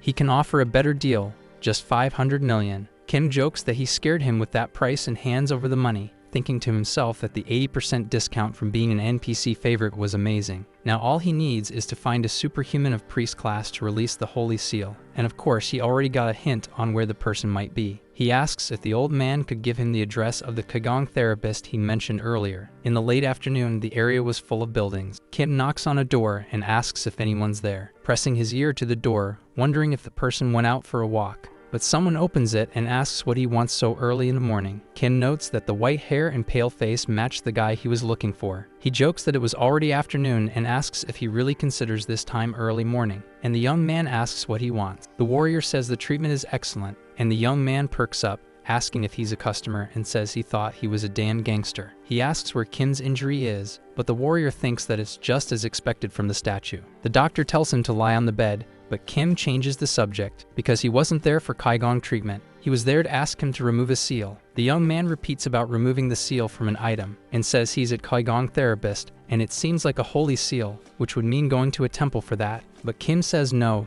because they charge a ridiculous amount. If the young man can remove the item's seal, he'll give Priest Kim 100 million won. He's shocked to hear that, asking how Kim knows his name, and the young man agrees. Priest Kim was the third character in Arcane Souls tutorial. He's a priest of a forgotten religion that serves a deity who died 3,000 years ago, and he was one of the few innocent characters in the entire game. With so many delinquent priests in Arcane Soul, it's very hard to find a truly kind-hearted religious person. In other words, he has many uses for him, and the priest asks how he knows he's not a Kaigong therapist. The guy says he'll keep that a secret, and Priest Kim comments that it's not an easy task. Both sit kneeling on the floor. The priest is a little hesitant, extracting energy from Kim's artifact. Runes start to emerge from the band. He says it's working, removing the band from the item using only aura. He releases the Horn of the Ancient God, which grants him the Cultivation technique ability Einherjar. Priest Kim is in disbelief that it actually worked, and the warrior says it's excellent. So the priest asks if it's a mana technique while the guy gives thanks, saying that from now on, he blows the horn and an aura fills the room. His body begins to be reshaped. Kim notices that the mana wasted in his body is being absorbed at that very moment and then steps on the ground, saying the effect is incredible,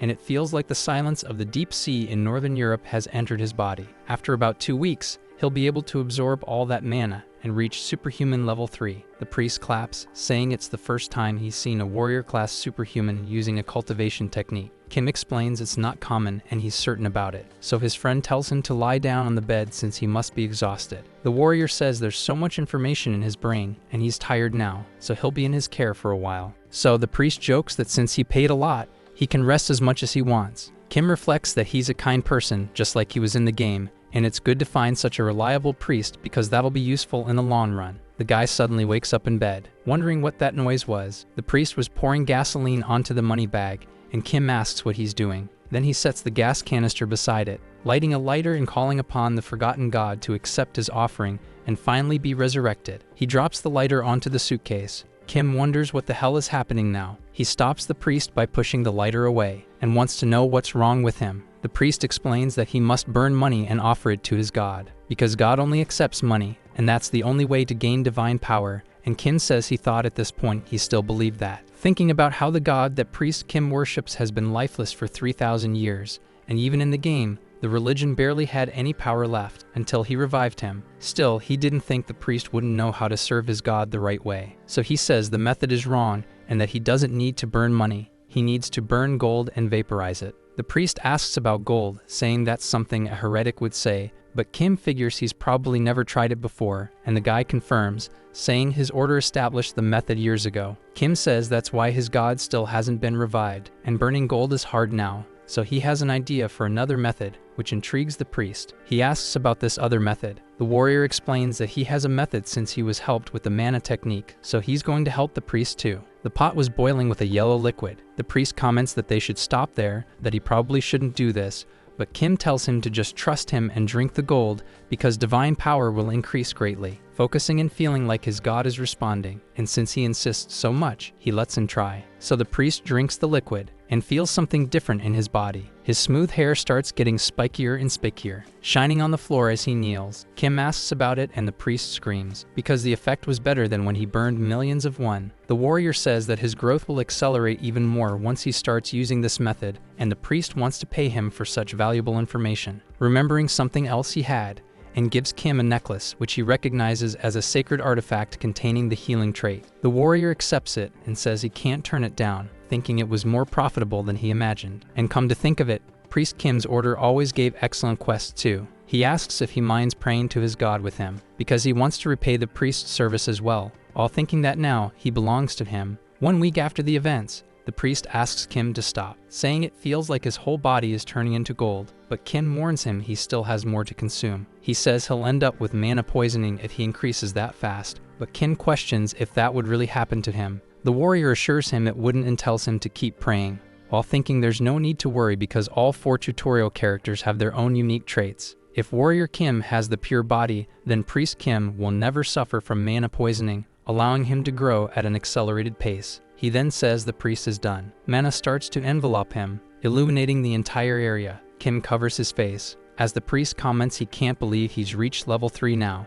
and that's a level where he can even prepare an apostle. The warrior says that at this rate it won't take long for him to become an apostle of his god. Priest Kim says he's still far from that, and his friend replies he already has enough divine experience to become one. But now that he's at level 3, he needs to summon a regional assembly to gain official recognition as a bishop, and the priest remembers his debt. Kim denies it, saying he only wants to help people, but thinks it's better not to forget it either and to become an archbishop soon to bring divine artifacts. The priest asks a favor. He was planning the regional assembly but is too embarrassed to go alone and asks if Kim could be his bodyguard. Kim accepts and tells him not to worry, thinking that now that his growth phase is complete, it's time to start his quest lines. The next day, in a church, some priests congratulate Priest Kim for reaching level 3. The priest thanks them, while Kim thinks the scale is small and the number of people attending the meeting is low. A man opens the door and says it's a truly pitiful sight. That was the bishop of the order who had arrived, and he asks who gave the priest permission to organize a regional assembly. The priest says everyone in the order has that right,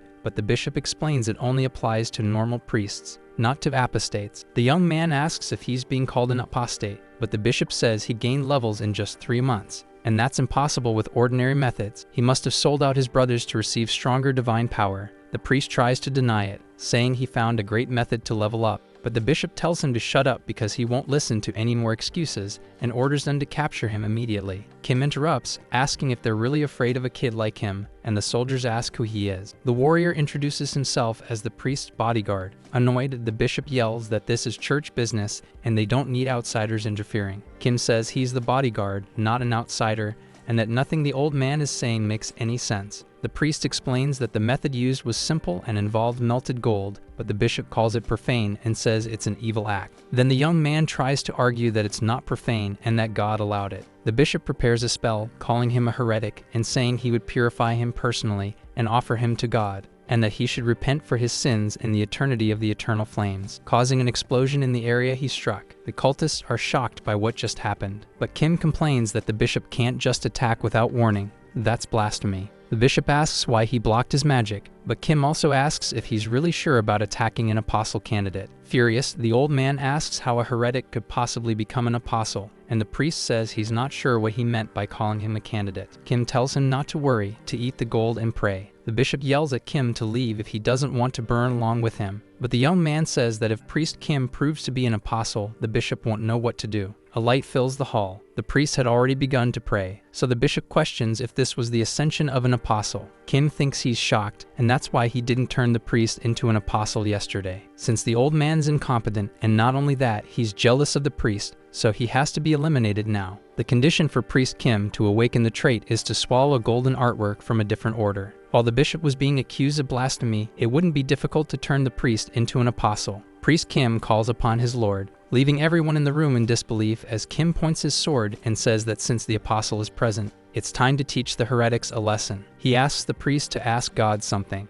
How should one punish someone who took the life of a fellow bishop out of envy and tried to frame his son as a heretic to send him to hell as well? And the bishop asks how he knows that. The priest receives a divine message, saying that God has ordered the priest's life to be taken. Kim places the sword on his shoulder, saying that since it's a divine order he cannot refuse. Thus he quickly defeats the bishop. The soldiers ask what the hell is going on, and the faithful whisper among themselves. Kim reflects that he took his life before he could cause more trouble. The priest tries to argue that he was still a bishop of the order, but the guard rejects the plea, saying he deserved it, and asks what God commands now. He says that God has ordered him to go to the Levant region, where the First Order began, and offer gold there. Kim says choosing gold was definitely the right call, and he should go there to expand his influence, while thinking it was a way for him to atone for what he did, and the priest says he doesn't know how to repay the debt. But before that, he's going to give him a gift from the warehouse, and Kim tries to be modest, saying it's not necessary. Outside the church this time, Kim comments that the reward made him feel good about helping the priest, and he gave him some really valuable items, since he finally got the first R-rank holy sword, which is worth billions, and on top of that,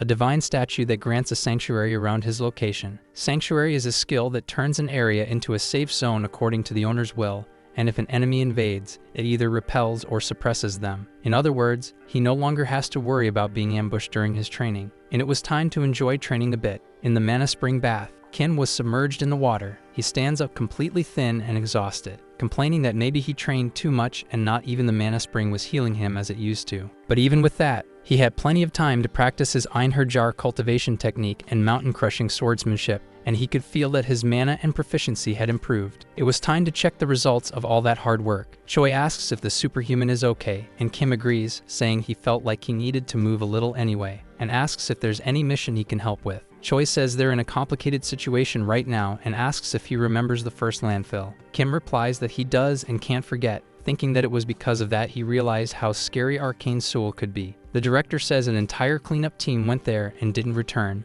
which means there are at least 6 mutants there now, and Kim asks about the Janitor Association. He then explains that the public officials issued a secret mission and said they don't want this to turn into chaos. Kim says for sure some people will get fired if it spreads, and asks what the reward is for completing the mission. Choi says the reward is bad, since instead of 100 million per mutant, they offered an arcane rifle with a cursed debuff. The warrior asks what kind of debuff it has. Then, the director explains that it's related to him, as the rifle was used by the Order. Kim thinks it's a request he can't refuse, since the arcane rifle is used by the Order of the Old Priest and applies a black flame debuff. So he accepts, saying he'll head there now. The arena was filled with black flames. Kim walks to the center with a flame rifle. He comments that it hadn't been cleared out for a few days, and was already contaminated like this. Something about it felt strange. He couldn't see clearly and had to be ready for an ambush. Noticing something moving through the smoke, Kim turns, but the figure shifts to the opposite side. Then he thinks the monster sounds were coming from multiple directions, and it was impossible to tell where they were coming from. A purple light strikes his face. Kim turns, saying the attack came from there. Coming face to face with a bat monster, he starts shooting, yelling at the monster to go to hell, hitting its chest, abdomen, and leg. The monster begins to fly overhead, and Kim keeps shooting. He wonders if that was all, since its wings seem to be bulletproof. The monster charges at Kim again, firing a beam at him, but the young man dodges. He says that if he hadn't switched to the evasion trait, he would have been torn to pieces. With a flying and bulletproof enemy,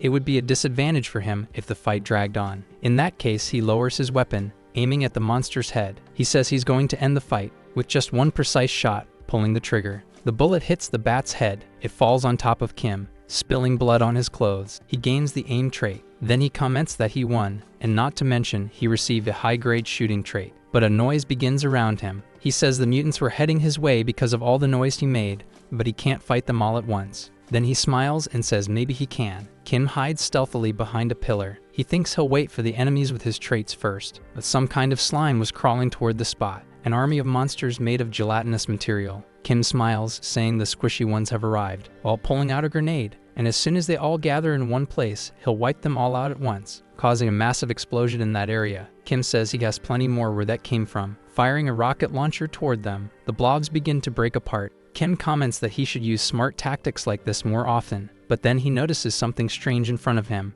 asking what that was since those monsters didn't make any sound as they approached. So he hadn't noticed them, but they aren't real mutants. They're specters controlled by a necromancer. Several of them are there. A monster with a radio calls out to the Superhuman, asking to have a conversation with him. Kim wonders about a talking specter. The radio begins to emit a static sound. Kim realizes the guy was speaking through the loudspeaker of the specter, so the person talking to him must be the necromancer, and the specter asks why he's causing trouble in his territory. Kim thinks calling a contaminated facility territory is odd. But one thing comes to mind. The Custodian Association on the surface is supposedly a benevolent organization that cleans contaminated mana. But in reality, it's one of the game's most notorious villain organizations. Purifying contaminated mana is just a cover for them. Their true nature is to commit all kinds of dirty acts to expand their power. They were behind that incident too, and they created a situation where the government would have no choice but to ask for their help, thus strengthening their influence. In the meantime, they plan to use the incident as an excuse to fire officials who were hostile to them. The Spectre suggests that since there's no real reason for this fight,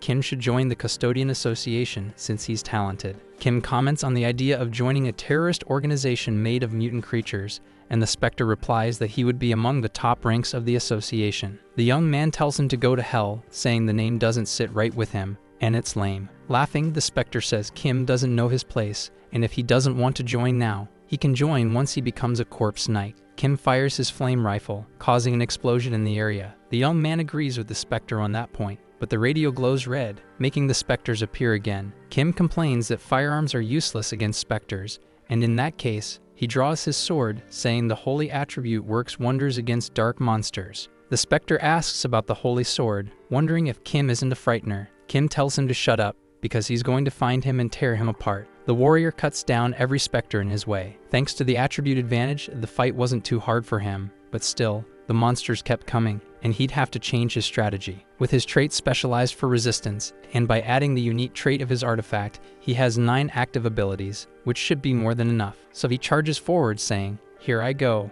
launching sword projectiles at the monsters. He notices it's working, to a certain extent. Then he rushes toward the army with his sword. One of the Spectres pulls back. Kim thinks it's staggered and that he just needs one more hit. Running to the same spot as before, energy begins to form beneath his feet. Kim had just acquired a new trait called Charge. Then the guy glorifies his new ability. He rushes through, shattering the monsters, saying that a linked trait was coming from it, jumping as high as he can, and acquires the Jump trait. With Charge and Jump, it should be easy for Kim to escape the encirclement. And for the weaker enemies, he's able to pass right through them, hitting everyone. Kim exhales heavily after that. Most of the Spectres had been defeated, but the problem was that he was exhausted. The radio says it didn't expect him to be a paladin, and now it wants him even more. Kim tells it to show up if it's so confident. The Necromancer replies that he's not dumb enough to fight hand-to-hand with a warrior, and he should accept this gift, summoning a level 2 monster. Kim complains that he didn't even get a chance to heal properly. While dodging the servant's attack, a cursed arrow flies toward him, hitting Kim in the back. He wonders about this combined attack. The Necromancer comments that his movements are decent, as he's quite useful paired with a corpse knight. Kim remembers a certain rule in Arcane Soul, that when fighting a Necromancer, you can't just go for his servant. He charges in to slash the monster,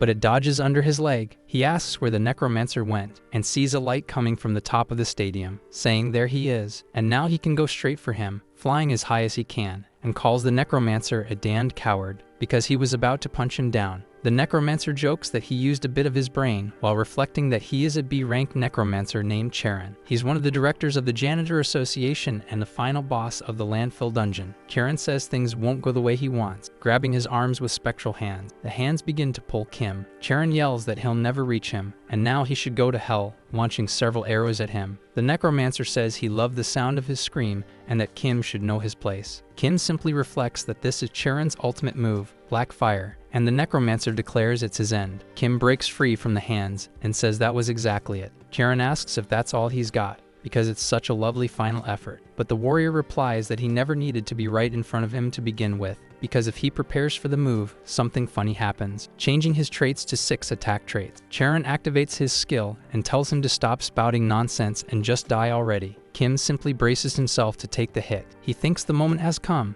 because when the trinity of swordsmanship, magic, and physique converge in perfect harmony, this trait manifests in the face of imminent destruction, the ultimate technique that cuts through all that is tangible and intangible with sword aura, slicing through Serin's attack. The Dark Mage screams that this couldn't be happening. The trait is called Clarity, the strongest swordsmanship that only those who've reached the peak of the blade can master, and it slices the Necromancer in half. An explosion erupts in the area. Kim falls toward the ground, exhaling in exhaustion because he almost lost his life. But even so, he defeated the level 3 Superhuman and dungeon boss Serin. In the game, if you want to clear this dungeon at level 2, you need a full party, and even at level 3, you can't solo it with regular traits and gear. And he only managed to win because he played this game for over 10,000 hours. But with a smile, he says it's time to collect his rewards now. He heads to the agency. Choi flatters him, saying he really managed to clear that place full of mutants and it was amazing, but Kim tries to stay modest, though he complains about having hurt his arm and needing to be more careful,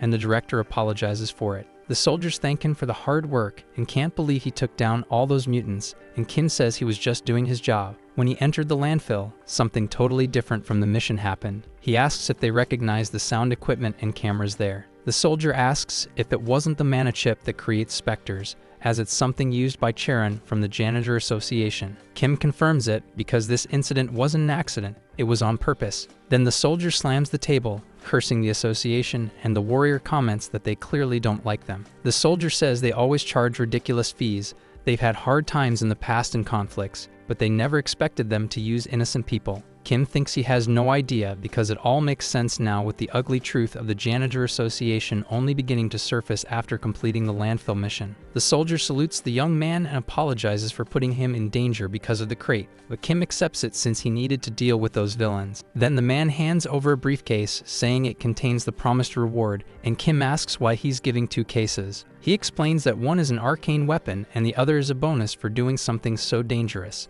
and the warrior thanks him for that, thinking that he got an essential potion for free, when he'd normally have to buy at the temple, and the soldier asks the Superhuman to be careful, since they plan to accuse the Custodian Association based on the evidence he provided. But that means, Kim finishes the thought, saying they'll retaliate against him, and the soldier agrees because they can't let something of this scale go unpunished. But the young man says he'll be fine and will find a way to survive. Driving through the night street, Choi comments that it's a good idea to stay under the radar a bit longer to avoid the Custodian Association. Kim thought hiding wasn't a great idea. After completing the landfill mission, the player receives linked missions, inevitably entering conflict with the Custodian Association. That's only natural, since the player caused trouble, especially taking the life of the association's director, Serin. What's important is that the Custodian Association's questline is divided into multiple routes, and the worst one is doing nothing and wasting time. In that case, the association's president will attack the player's house with dozens of superhumans. On the other hand, the route with the lowest difficulty.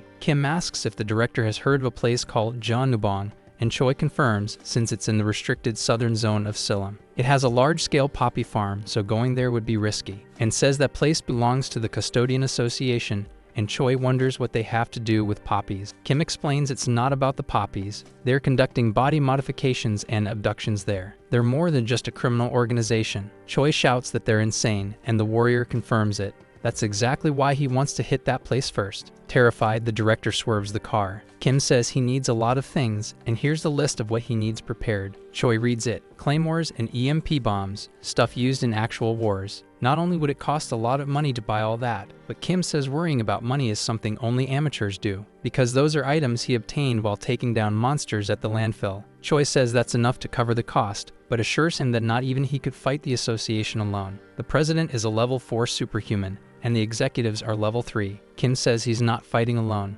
but for now he doesn't need to worry about anything besides the items he requested. 2 days later, at the Jeonnubong hideout, there were 2 guards. A spectral hand creeps up behind one of them, twisting the man's neck. His partner asks who it was, but gets struck in the chest and thrown back. Kim appears from stealth, commenting that he loves infiltration no matter how often he does it. That should be enough for the outer guards. Now it's time to check the underground area. Someone lands a punch. Iron Fist confirms to Warrior Kim and thanks him for clearing the way, saying he'll easily secure the underground, because they're clearly villains, forcibly modifying people's bodies and then discarding them. This time they've gone too far, and Kim agrees with their destruction. He asks if the whole place was checked. Iron Fist says yes, because it was a very complete modification workshop. Kim tells him to keep it once everything's over, since it can boost his men's power. Iron Fist asks if he really thinks he can beat them all, since it's troublesome. The warrior confirms, asking if he's ever seen him act without certainty. And the Jeonnubong hideout was their main source of income, yet their security was weak. He lights a lighter and says,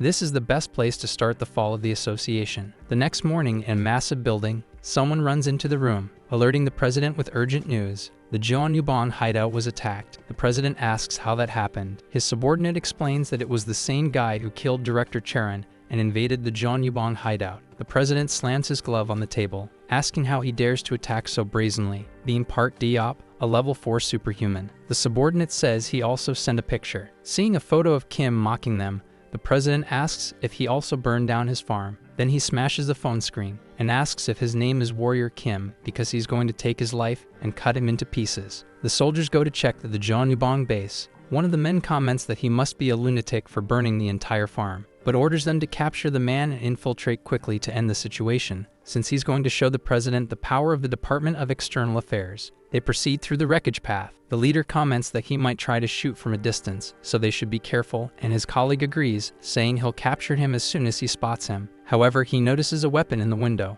The bald man shoots toward the weapon, thanking him for the good work, breaking the glass window and making the weapon rise. He says his prediction was right, and his colleague tries to flatter him. An earthquake begins to shake the area. Then an explosion hits some members of the army. The captain yells it's a claymore, and his subordinate asks what they should do, while rocket launchers fire toward the two of them. So the captain is afraid of what might happen. Kim watches all of it through a camera, laughing, and comments that it was great pulling an all-nighter installing bombs and mines. Thanks to his special trait, there's no way they'll detect the traps beforehand. The soldiers shout about the mines, and Kim says he's not crazy enough to fight hundreds of them head-on, and that he's going to defeat them all remotely from this underground control room. Several mines explode in the area, but there's a mana shield in the middle. One man comments that he really prepared well despite how things looked, just as expected from a man who openly provoked their organization. Another man asks to leave it to him, since he just analyzed the tactics, being the Cyborg, an R-rank level 3 superhuman, and the vice president of the Janitor Association. The president orders them to bring Kim alive and to defeat him in the most painful way possible. Another grenade is thrown to the ground. The Cyborg guides them, saying it's safe there, and that they should keep throwing grenades to check for traps, proceeding slowly. But a rocket is suddenly launched at them. The Cyborg slams it away with his hand, deflecting it, asking if they found the position, and a soldier confirms, saying it was launched from the right side of the cover. They fire at that specific spot. One of the rocket launchers gets damaged. The Cyborg says that's excellent because they're almost in the same building and will show him what they got. Or maybe he's already scared by now. Kim watches and mutters into the camera, saying that as expected of cyborgs, they're really inhuman. The alarm starts ringing, surprising him. He comments that they arrived faster than expected,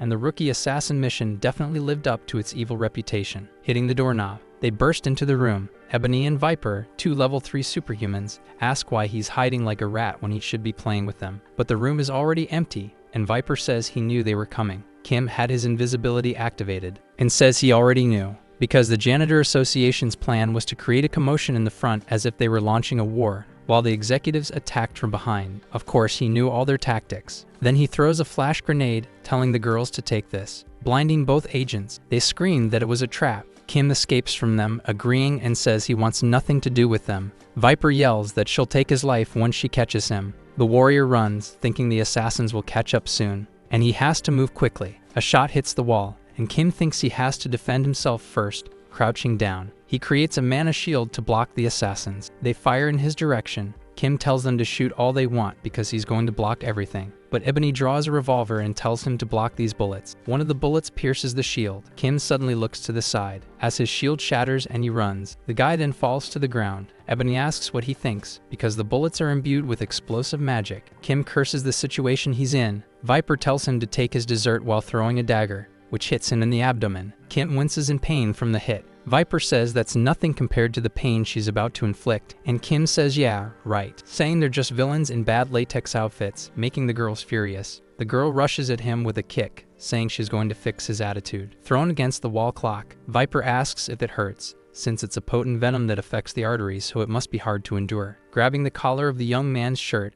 Ebony says she's taking him to the president, but Kim gives a smile, saying they are welcome to their fate, and asks if they weren't hearing that ticking sound, because it reminded him of something, since it was almost like a giant time bomb. He activates charge in his feet, telling him to stay there and rot, while thinking that this duo is stronger than Serin, and he couldn't guarantee victory in a direct fight. So he removed all his traits to act, luring them to the clock while they had their guard down, because inside the clock he had installed white phosphorus munitions that cost 1,000,000,000. Wishing the ladies a good night's sleep, the girls complained that it was another trap, causing a massive explosion in the area. Kim sighs a little on the ground, commenting that he still managed to defeat the executives, but there are more of them on the way, and he needs to recover quickly, especially because he doesn't know when that machine guy will show up. And there he is, facing the cyborg's army. Kim stands up, complaining that it just had to happen the moment he mentioned him. He stands before the massive army, calling out the guy while gritting his teeth, and asks if he defeated Ebony and Viper. Kim says he'll end up just like them in a moment, but the cyborg tells him not to dare die so easily, since he'll make sure to modify him until he begs for hell. The young man complains that those lines are terrible, and he should try to be more human next time, but the vice president says talking to him is a waste of time. Raising his weapon toward him, Kim asks if he knows how much he loves that they modified their bodies beyond imagination, and thanks those idiots as he presses a button. Electricity surges through the cyborg's brain, and he asks what that was. While getting shocked, he wants to know what's happening. Kim shoots, saying that 1,000,000,001 in EMP bombs and shotguns are his best friends when dealing with machines, and hits the entire cyborg army. Kim squints, surprised, seeing the cyborg still standing. Enraged, staring at the young man, Kim asks how much money he spent on his body. Since EMPs don't work on him, the cyborg charges forward, saying he'll finish him off here and now, and strikes Kim's shotgun, asking if the guy plans to dodge forever as he attacks again. Kim thinks his power is huge,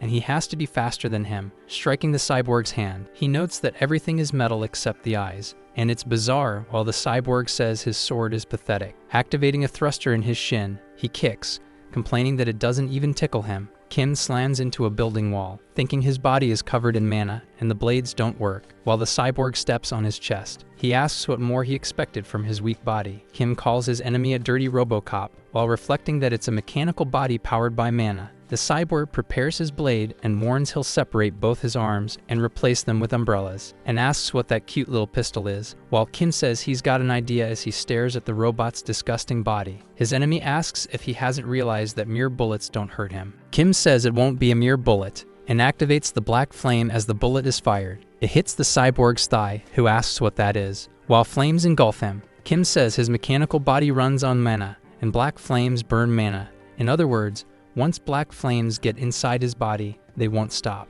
and he should have stopped his modifications at some point. The soldier begins to kneel, burning in the fire. Then Kim raises his sword, bidding farewell to the monster. The cyborg closes his eyes, groaning slightly, now lying on the ground while the young man stands, saying that now only the final step remains. Outside, a rifle fires. He announces that it's time to eradicate the Custodian Association, and they're nothing but cowards fleeing without their executives. The soldiers try to run, screaming that there's no hope left, but Kim says their screams are like music to his ears. An ear-piercing pain hits the young man, who complains about his eardrums. He wonders if he's finally going to show up now that the war cry has begun. Those red tiger eyes belong to the president of the custodians, telling him to wait right there. He crouches down, ready to jump, leaping toward Kim's location, and landing on the ground, ready to fight. Kim wonders what the hell that was, since he just jumped from the ground to the rooftop of a 5-story building. The president says he's never experienced such humiliation before and will punish him with pleasure. For messing with the Janitor Association, charging forward to punch him, Kim tries to draw his sword to block the strike, getting launched far from the building. The guy thinks he would have lost his life in one blow if he hadn't switched his traits to defensive ones, but he won't be able to win fighting like that. He slashes with his sword. The president dodges easily and says he uses interesting abilities. Kim shoots with his black flame weapon and asks what he thinks of that, but it's blocked by a mana shield and the president says he likes it. Kim thinks he easily blocked both his clarity and black flame, as the president closes in to punch him, striking the guy in every possible spot. Kim falls to the ground thinking he's unbelievably strong, and as expected, this was impossible from the start, as Dayop asks if that's all he's got. The president was born as an SR character, while he's just a beginner. He has a much higher level than him, and the gap is insane. The president asks if this is his final effort, while Kim wants to know if the president knows how he defeated his subordinates. He took down Ebony and Viper with white phosphorus and the cyborgs with EMP bombs, and asks if the president knew all of that, but he says it's impossible to be that well prepared. Kim denies it with a smile. Dayup is suddenly left in total disbelief. Kim's clothes start getting torn as he takes invisible hits. The only way for a level 2 superhuman to win against a level 4 was to activate the mutant body. His arms mutate, growing stronger and stronger. His legs enlarge, and he grows in size. Kim's face becomes completely transformed. Activating the skill,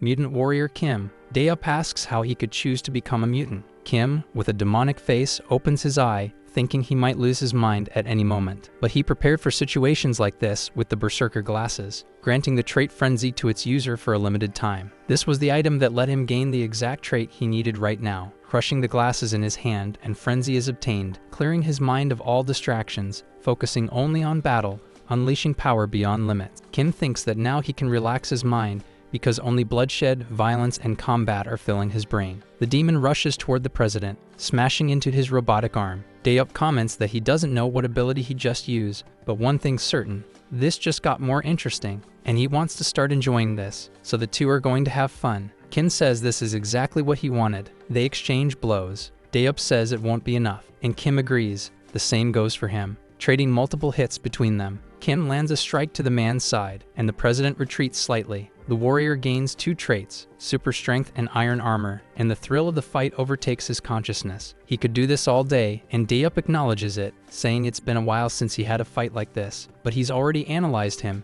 and victory is his. Kim charges forward, telling the director to stop bluffing, but is surprised when he looks to the side. Dayup says he was just throwing punches non-stop, without any kind of technique. Kim swings horizontally, but the president dodges and goes low, preparing a strike and saying it's like a punch from someone who doesn't know how to fight, and hits the monster in the chin. Kim drops to the ground, nearly unconscious, thinking that in close combat the advantage is his. Besides, the frenzy effect was wearing off. There's no other way, he has to put everything into this attack. He needs to give up on hand-to-hand combat. Dayup asks what kind of trick he's trying now, because he's going to finish him off while charging in. He grabs the president's forearm. Kim admits that he's better at hand-to-hand combat, but he's not a brawler, he's a swordsman. Transforming his arm into a bone blade, Dayup is completely shocked near the blade, and Kim uses clarity on the president's abdomen. He screams in pain, and comments that the guy can even use clarity with his bare hands. Kim says it was a good fight. Dayup calls him a monster, before collapsing to the ground, finished. Kim thinks he pushed himself too hard,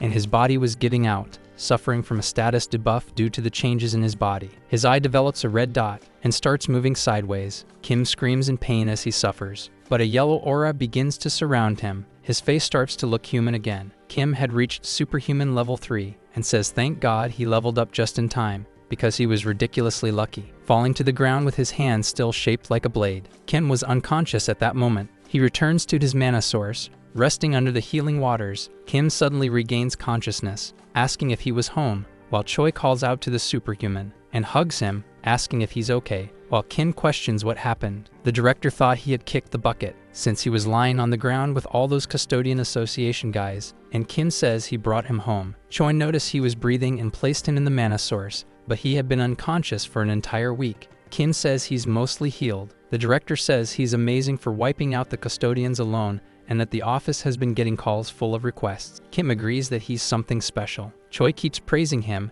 and Kim stays modest, but he made sure to gather all the loot from the battle, and the warrior should check it out later and let him know if he needs anything. Kim says he should heal first, but now that he's level 3, there's a place he needs to visit. A week later at the Association building, he walks up to the mana measurement machine, saying he's now level 3, and is going to receive the official certificate with all included benefits. Serin congratulates the Superhuman, saying she's never seen someone grow so fast, and asks if he plans to found his own country in the future. Kim jokes that he's not going that far, asking if he can receive his certificate, and Serin guides him, saying the official certificate is right there, and he thanks her while the girl says she envies him. Kim asks why she's envious. Serin says for many reasons she wishes she could be as strong as him, and the warrior thinks that her showing this kind of emotion felt a little strange, since it was unimaginable in the game. But there's nothing to do now, so might as well. He offers the girl the chance to become a superhuman, and Serin says yes. Kim asks if she'd like to become his student, because he can guarantee she'll become a superhuman, and she asks how. Kim tells her to trust him, because he can see the potential in Miss Bake. She gets excited hearing about her potential.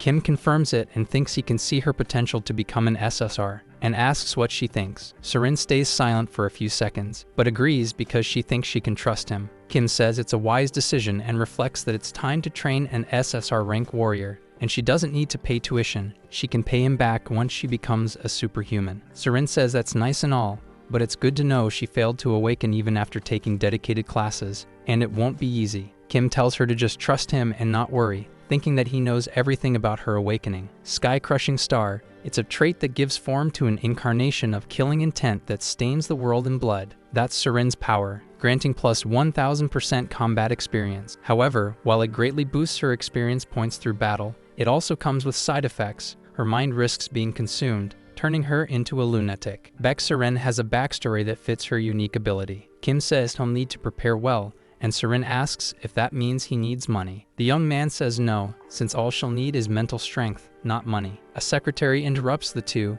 asking for Mr. Kim, saying someone wants to invite them to a meeting and they should go to the 5th floor lobby. Kim asks what this invitation is about. Riding one of the elevators, he thinks that the Tower of Superhumans is based on level floors, and since he was called to the 5th floor, it means he was invited by a level 5. No one comes to mind, so he wonders who it could be. Woojin calls out to his teacher, leaving Kim surprised, and the young man says he expected it, but yes, it really was his student. The boy congratulates him for receiving his level 3 certificate, and was happy to see him, while Kim says the same, though he thinks to himself that the boy reached level 5 really fast. He hands over a box and asks his teacher to keep it, saying it's a gift to congratulate him, but Kim says it's not necessary. It was an item containing the mana focus trait and was perfect for a warrior who uses mana. Asking how he could refuse a friend's gift, he pats Woojin on the shoulder. The boy says there's a reason he called his teacher and asks if he can request a favor, and Kim questions that serious expression all of a sudden. Woojin asks if he's willing to help his friends who were also suffering from divine fever. Kim wants to know if they received the curse from the order of the old priest too,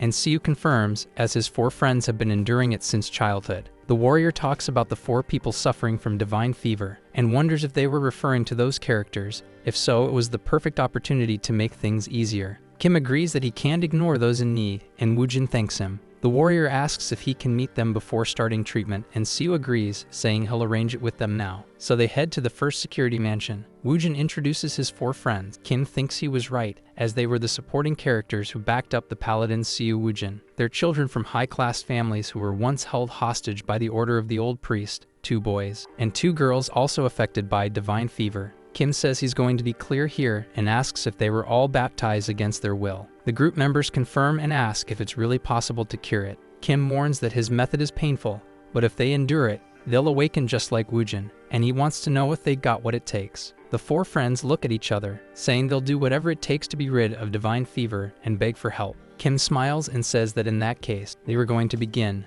unleashing his black flame. 1 week later in the same mansion, all 4 were able to awaken their powers. Kim reflects that they all succeeded without issues due to their innate talents. The 4 thank their teacher while crying, but Kim tries to stay modest. The parents of the 4 also call the teacher over, thanking him for everything he did for their children, and show him a table with gifts, saying it's a small token of gratitude, even if it's not much. Kim thanks them, saying it wasn't necessary, and that it was all due to their children's talent, while thinking he could benefit just by targeting rich families. It felt like he was playing some kind of pay-to-win lottery. He receives boots with the extreme speed trait, a detection helmet, a fury axe, an Acropolis shield, and 2 nectars. The parents say they chose the gifts together and hope he likes them. Kim turns around, saying he gives his sincere thanks for the reward, and thinks he's really lucky. And beyond all that, it was time to claim his true reward, heading toward a man. He approaches and asks if the teacher wanted to speak with him, and Kim confirms, saying he has a favor to ask the Galaxy Mall representative. The man says he's willing to do anything for him. Kim asks if he wants to enter the underground gold mine beneath the Hanam branch. He tries to say there's nothing underneath the mall, but the warrior explains that it's located between sections A1 and A2 of the 8th basement floor. The man says he doesn't know how Kim knows that, but still can't allow it, even if it's a request from the teacher. But Kim promises not to say anything about what he sees down there. The representative falls silent. Kim asks for just 1 day, that's all he wants. He'll keep everything secret. Entering the parking lot of that building, between areas A2 and A1, Kim stands. He breaks through a wall alongside Bak Serin. The girl says she can't believe there was really a hidden space in the wall, and Kim comments that this is the place where she'll awaken, because he worked hard to reach it. Serin asks if they're going to train in such a secret place, and the warrior confirms it'll be fun. Characters with Serin's power don't awaken normally. They need to be placed in extreme life-threatening situations, and this place is an undiscovered dungeon, the place where Serin will awaken in the future. She tells the warrior that the place is dark and has a strange smell that makes her anxious.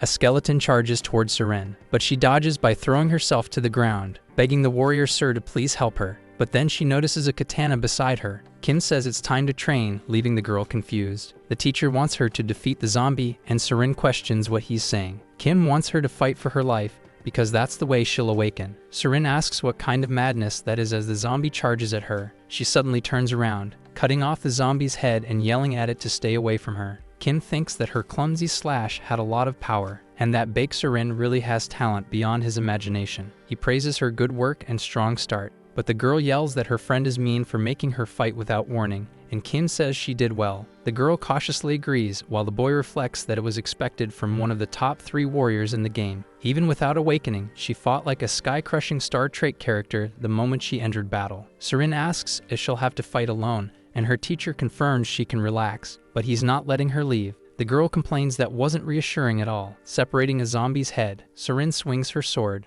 Kim asks if she ever learned swordsmanship before, and the girl denies it, saying she's never done it. Wondering if she really has talent, Kim, annoyed, thinks he has to go through all kinds of crap to gain his skill, and hers is really strong. Serin asks how deep this place goes, since it seemed endless, and Kim says there's an exit on the other side, while thinking he's not leaving until she awakens. Something charges toward the duo. A zombie with a drill tries to attack Serin, but she dodges. Wondering why zombies are carrying drills, Kim thinks they were tricky enemies in the game too, and maybe he'll have to give her a hand. But Serin cuts off its arm, saying if it's a zombie, it should use its bare hand. But even so, it dared to carry a weapon as she cuts it down. Its body drops to the ground in front of her. Kim says that was a clean victory, and Serin explains it felt like her body just moved on its own. The girl screams as a zombie bites her leg. Kim kicks it, saying it's a damn nuisance. Serin wonders what she should do, but the warrior explains that it's common knowledge that if you're bitten, you'll turn into a zombie. The girl begs him to end her life before she becomes one. Kim repeats Miss Serin's name, saying that he has a solution for that,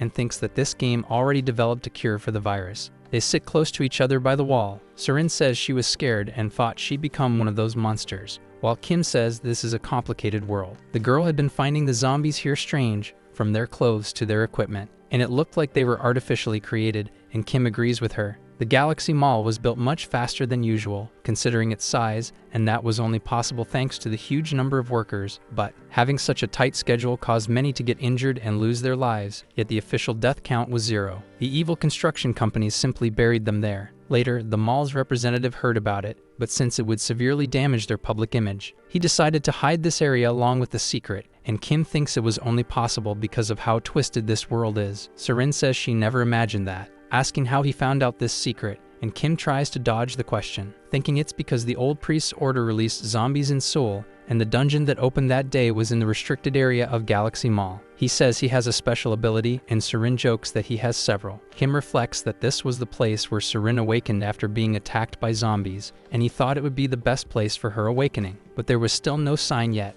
The girl says the victims had to suffer even after death. The least they could do is help them find eternal peace, and Kim jokes that she found a new sense of purpose. The girl says she felt a strange urge that she had to keep fighting. Kim comments that's not bad at all, and they should continue, while thinking it's just getting started. They head toward the back of the gold mine. Serin says it suddenly got really cold, and Kim agrees, saying it's creepy down there and they should be careful. Seeing an entrance to a warehouse in the back, there was a stone with something on top. It was a radio saying that there are 3 bears in the house: Daddy Bear, Mommy Bear, and Baby Bear. Serin says it sounded like a creepy fairy tale. An explosion occurs at that spot. Serin says it was amazing, and Kim tries to be modest, saying it was nothing. Something falls in front of them both. Kim picks up a cell phone and says it's the monster's mana core. The girl questions how a phone works like that, but the warrior explains that it happens often with ghost-type monsters. There was a little girl talking about the 3 bears at home. One of the workers who ended up there thought more about his daughter than himself before losing his life, and his resentment possessed the cell phone, turning it into a mana core. Serin hopes he can rest in peace now, and Kim agrees, saying he will. He lets go of the phone, which transforms into golden energy. 2 stars form in his hand. Kim comments that it's called a crystal, and that the girl should make good use of it,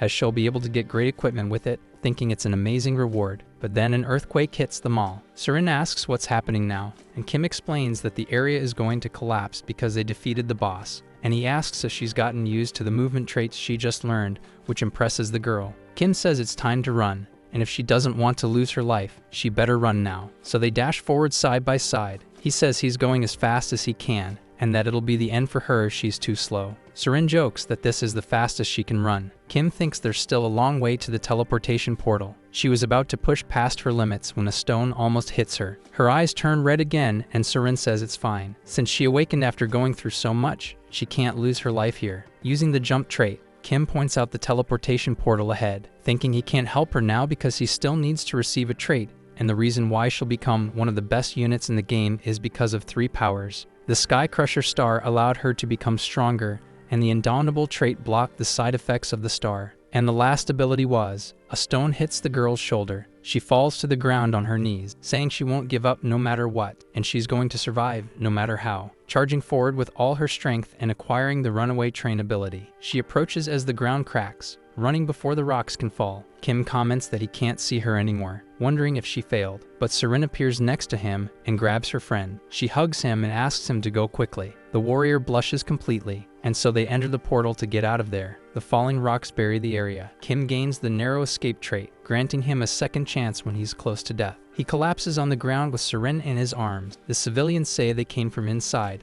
and were badly hurt. Kim comments that he knew she could do it, while thinking about having obtained the narrow escape trait, and now her 3 abilities have been collected. Serin calls for the warrior, and Kim remembers the girl, asking if she's okay and if she can stand up. The girl responds by asking if she looks okay, but Kim notes her face is red. Serin tries to explain why, saying she just wants to stay hugging him a little longer, asking if she can hold on like that for just a bit more, because she needs to fix her clothes quickly. And she holds on in front of him, thanking him, and Kim thinks she really caught him off guard. The girl says it was close, but they managed to get out. Kim reflects on her smiling face, even after awakening, definitely thinking that she's different from the game, and maybe it's because she awakened in a different way. Kim says they're getting out of this damn mall, and asks the girl to grab one of the stars. Serin asks if he's really giving her a crystal, since it would cost at least a few billion, and Kim agrees, asking her to try to move faster with it. The girl says it's too much for a gift, and she doesn't know if she can accept it. But the warrior tells her not to worry and to pay him later, while thinking there's a reason why he spent so many resources to awaken back Serin. The Sword of Mars was one of the top 3 in Arcane's soul,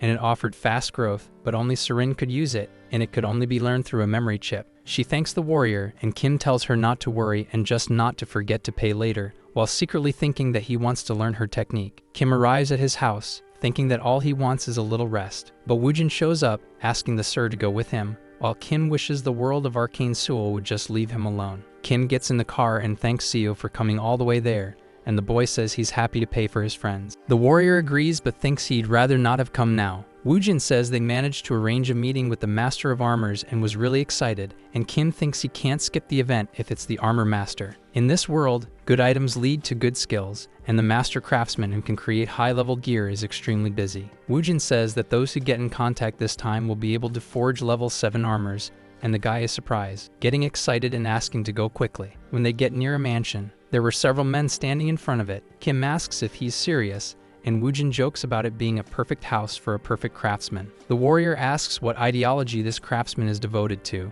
but the boy looks confused, asking what kind of question that is all of a sudden. Kim realizes he didn't know and thinks it makes sense, considering how much he's been through, but that house belongs to Jo Chul, a follower of the old priest's order. He's a very devout believer in a religion that will be at the forefront of the order's warcrafters in the future. Kim thinks that although he refused to be baptized, Jo Chul was still willing to forge armor for him. A soldier interrupts them, asking him to extend his hand for identification, and tells the boy to show his black flame, while Kim asks what the hell he's doing, activating his magic and asking if that's enough for him. Woojin questions what that means and tells him to let go of his hand, saying they're clients with a reservation. A man in a wheelchair appears, telling him to stop. Jo Chul asks who gave him permission to treat clients like that. The paladin bows to his master, and the craftsman comments that even though he refused baptism, he awakened the black flame and stood out. Kim asks if that's how he's being treated, and Jo Chul apologizes, calling the two of them the light and savior recognized by the saint. The warrior is surprised and wonders what kind of nonsense that is, but the craftsman wants both of them to come in to discuss the kind of equipment they're looking for. Kim stays silent and cautious. Jo Chul presents his armor, saying that plate armor is his specialty, and since it's a request from the saint, he can make it in any style Kim wants. Kim looks to the side, searching, saying that he's already decided what he wants. He's going for an outfit with a bulletproof vest. Jo Chul asks if he's really going with that, and the warrior confirms because he loved the style. The man complains that it's nonsense because it's hard to imbue that kind of armor with magic, and they can't make something sacred out of it. Kim rejects the sacred armor, saying he just needs it imbued with giant and extreme, and thinks that judging by his reaction, he can tell what they were trying to push. The sacred armor, also known as Paladin's armor, grants an overwhelming amount of stats for tankers but has a critical drawback. To use the armor properly, the user requires a large amount of divine power. Increasing divine power only happens by entering a religion, and they're pretending to offer something good while trying to trap him in their belief system. So he grabs the man's hand and says he expects the best from craftsman Jo Chul. Kim leaves the room, telling Woojin that he doesn't like sacred armor, but one of the paladins is watching him. Jo Chul says he can only imbue a few traits into that armor, and the paladin wants to know if his master will really fulfill the request. The craftsman says he doesn't go against the saint's orders, and she said that Guy is the light and savior of their order, but the soldier doesn't believe it, because no matter how many times he thinks about it, he'll have to confirm it with his own eyes. A week later, at Chunbok's old-fashioned shop, the man talks to the Superhuman. Kim drinks 3 bottles in a row, and the old man asks him not to take mandrake elixirs like that all the time. The warrior thanks him for the drink, and Chunbok asks if everything is really okay. He confirms, thinking he obtained the skill he needed, and thanks him for the gift. Chunbok comments that it was the least he could do for him, since he saved his market and business is booming now, which is why there are so many people today. A gang member bows to the Superhuman. Kim recognizes him, saying he's that guy from the Iron Fist gang, and it's a pleasure to see him again, while the underling asks if he's been doing well. But he wants a moment of the gentleman's time because his boss wants to see him quickly, and Kim asks why. The underling warns that there are too many ears around and they should get moving. They drive down the night road in their car. On the way, he says they prepared a high-performance armored car for the gentleman and wants to know if he likes it, but Kim replies that it's not bad at all. As they head toward Murim, he thinks something is wrong and wants to know if the Iron Fist gang's headquarters has always been in Murim, because if he remembers correctly, that place is a slum full of lowlifes. The underling says the fuel is low and pulls into a station for a quick stop. Ken notices something strange on the sign. Recognizing Murim's gas station, the underling gets out of the car, saying, "What a beauty then." He asks the gentleman to rest there for a bit while he pulls a bottle from his pocket. Kim thinks that this was a trap with several sticks of dynamite in the back of the car. The warrior asks if he looks like an idiot to him and wants to know if he realizes whom he's messing with, and the underling wants to know what he's talking about. Kim kicks the car door, leaping outside, and tells him to stay right there with the bombs that were so carefully prepared. Throwing a grenade toward the car explodes and Kim escapes with a dash, saying the blast was bigger than what a single grenade should have caused. And, as expected, that guy was a traitor, thinking about the luxurious armored car, heading toward Murim, and finally, the gas station. There's a reason he keeps having this sense of déjà vu, because all of these events happen in the story when Iron Fist Kim is betrayed by his own men. He doesn't know why, but a traitor from the Iron Fist gang was after him. Bullets fly toward Kim. The men say he's the guy from that comic, and if they capture him, they'll earn $1 billion. That way they'll make a fortune. Kim says it was obvious it wouldn't end with just bombs in the car, so the assassins keep shooting at him. The man crouches behind a car, saying there are too many of them and it won't provide cover for long, while he jumps, saying he has to get out of there first, and they probably weren't expecting that. The people keep firing at him. Kim turns, saying this is crap, and activates his mana shield, saying they're not even superhumans, and yet they can react so quickly. One of the soldiers orders them to aim for the center and finish him off. They fire at the shield with full force. It starts to crack in the middle. Kim wonders what kind of insane accuracy that is, and decides he'll retreat for now, but one of the shots hits his arm. Kim says he'll have to take this seriously, and he really didn't want to use this here since he just bought it. But he throws smoke grenades at the group. The grenades begin to take effect, completely surprising the mercenaries there. They shout that those are tear gas bombs, and they can't let him escape, since they need to kill him to get the antidote. Kim asks whom they thought they were chasing, when they're not even superhumans, and it was time to get out of there. Night falls over that vast city. Kim keeps moving with a swift stride. He comments that he's gotten far enough, since they were a group of assassins showing precision comparable to a superhuman. There's only one thing out there that could make that possible: the battle drug with serious side effects, but which can temporarily boost abilities. Considering they mentioned an antidote,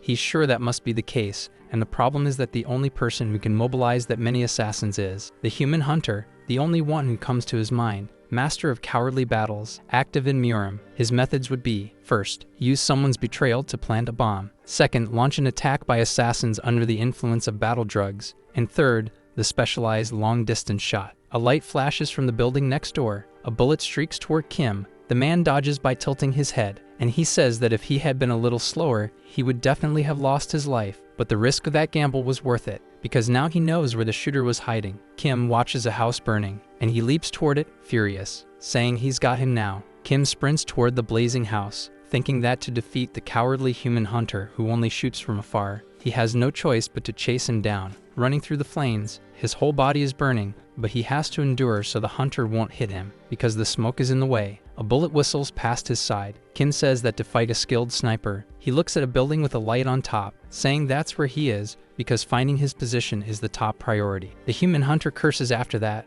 and says he can't see him. Kim smiles, saying that after this, in the assassin's crosshairs, a bluish light rises above him. Kim has to close the distance and create an unexpected variable. The hunter asks how he jumped like that, but the warrior finally draws his weapon. Annoyed, the assassin asks how he dares challenge a marksman to a gunfight. Kim unleashes the black flame along with hundreds of his skills, charging the assassin while the latter fires back. The assassin's shot hits Kim's shoulder, saying he truly is a sniper, managing to act even in this situation. But even so, Kim's shot strikes the assassin's shoulder. The black flame engulfs his neck. He remarks that Kim's bullets are lethal even when they only graze, closing in on the assassin, who is groaning in pain from the hit. Kim shouts that he's won, but his foot starts sinking into the ground. Kim asks if this is a trap spell, while the human hunter calls him kid, telling him not to overthink it. The warrior says it's bad, he can't break free of the trap, and the assassin yells he'll pump him full of holes, while Kim thinks that if he douses the black flame with holy water first, he's done for. He hadn't expected this to turn into a race against time. For now, he has to slow his sinking by reducing the magic damage.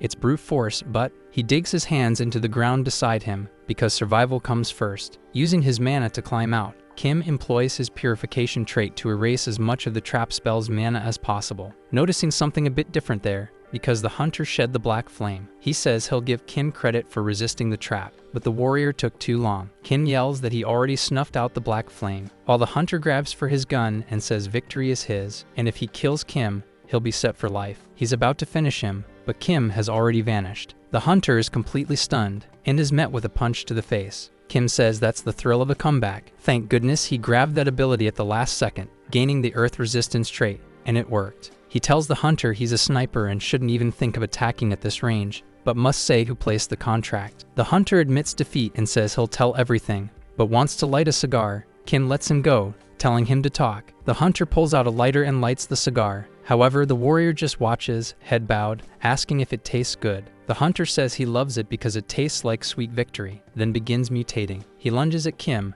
but there's a hole in his chest. The man asks how Kim knew. Kim replies that a 10,000-hour player would recognize a cigar that turns its user into a mutant. The hunter falls face first to the ground, asking what on earth that was. The warrior says it was unexpected, because the human hunter is a crafty fellow who usually surrenders at the brink of defeat, but this time chose to fight to the end by mutating, and he must have had his reasons. Kim picks up a flash drive and says it's alright, because they'll find out who was behind everything. He heads to the Shinsu agency. A news report says that last night a shootout between Muram gangs and the explosion of a gas station claimed dozens of lives. Choi asks how he survived all that, and Kim says that's why he's this beaten up, and it was dangerous. The director asks who attacked, but the young man says it's a long story and he doesn't know where to begin. A door swings open as Iron Fist Kim tosses a body inside. Choi is completely stunned, but Iron Fist apologizes for failing to keep watch over his subordinates. Kim says it's good he knows, while the director complains about them breaking his door. He wants to know if the Iron Fist gang attacked his friend,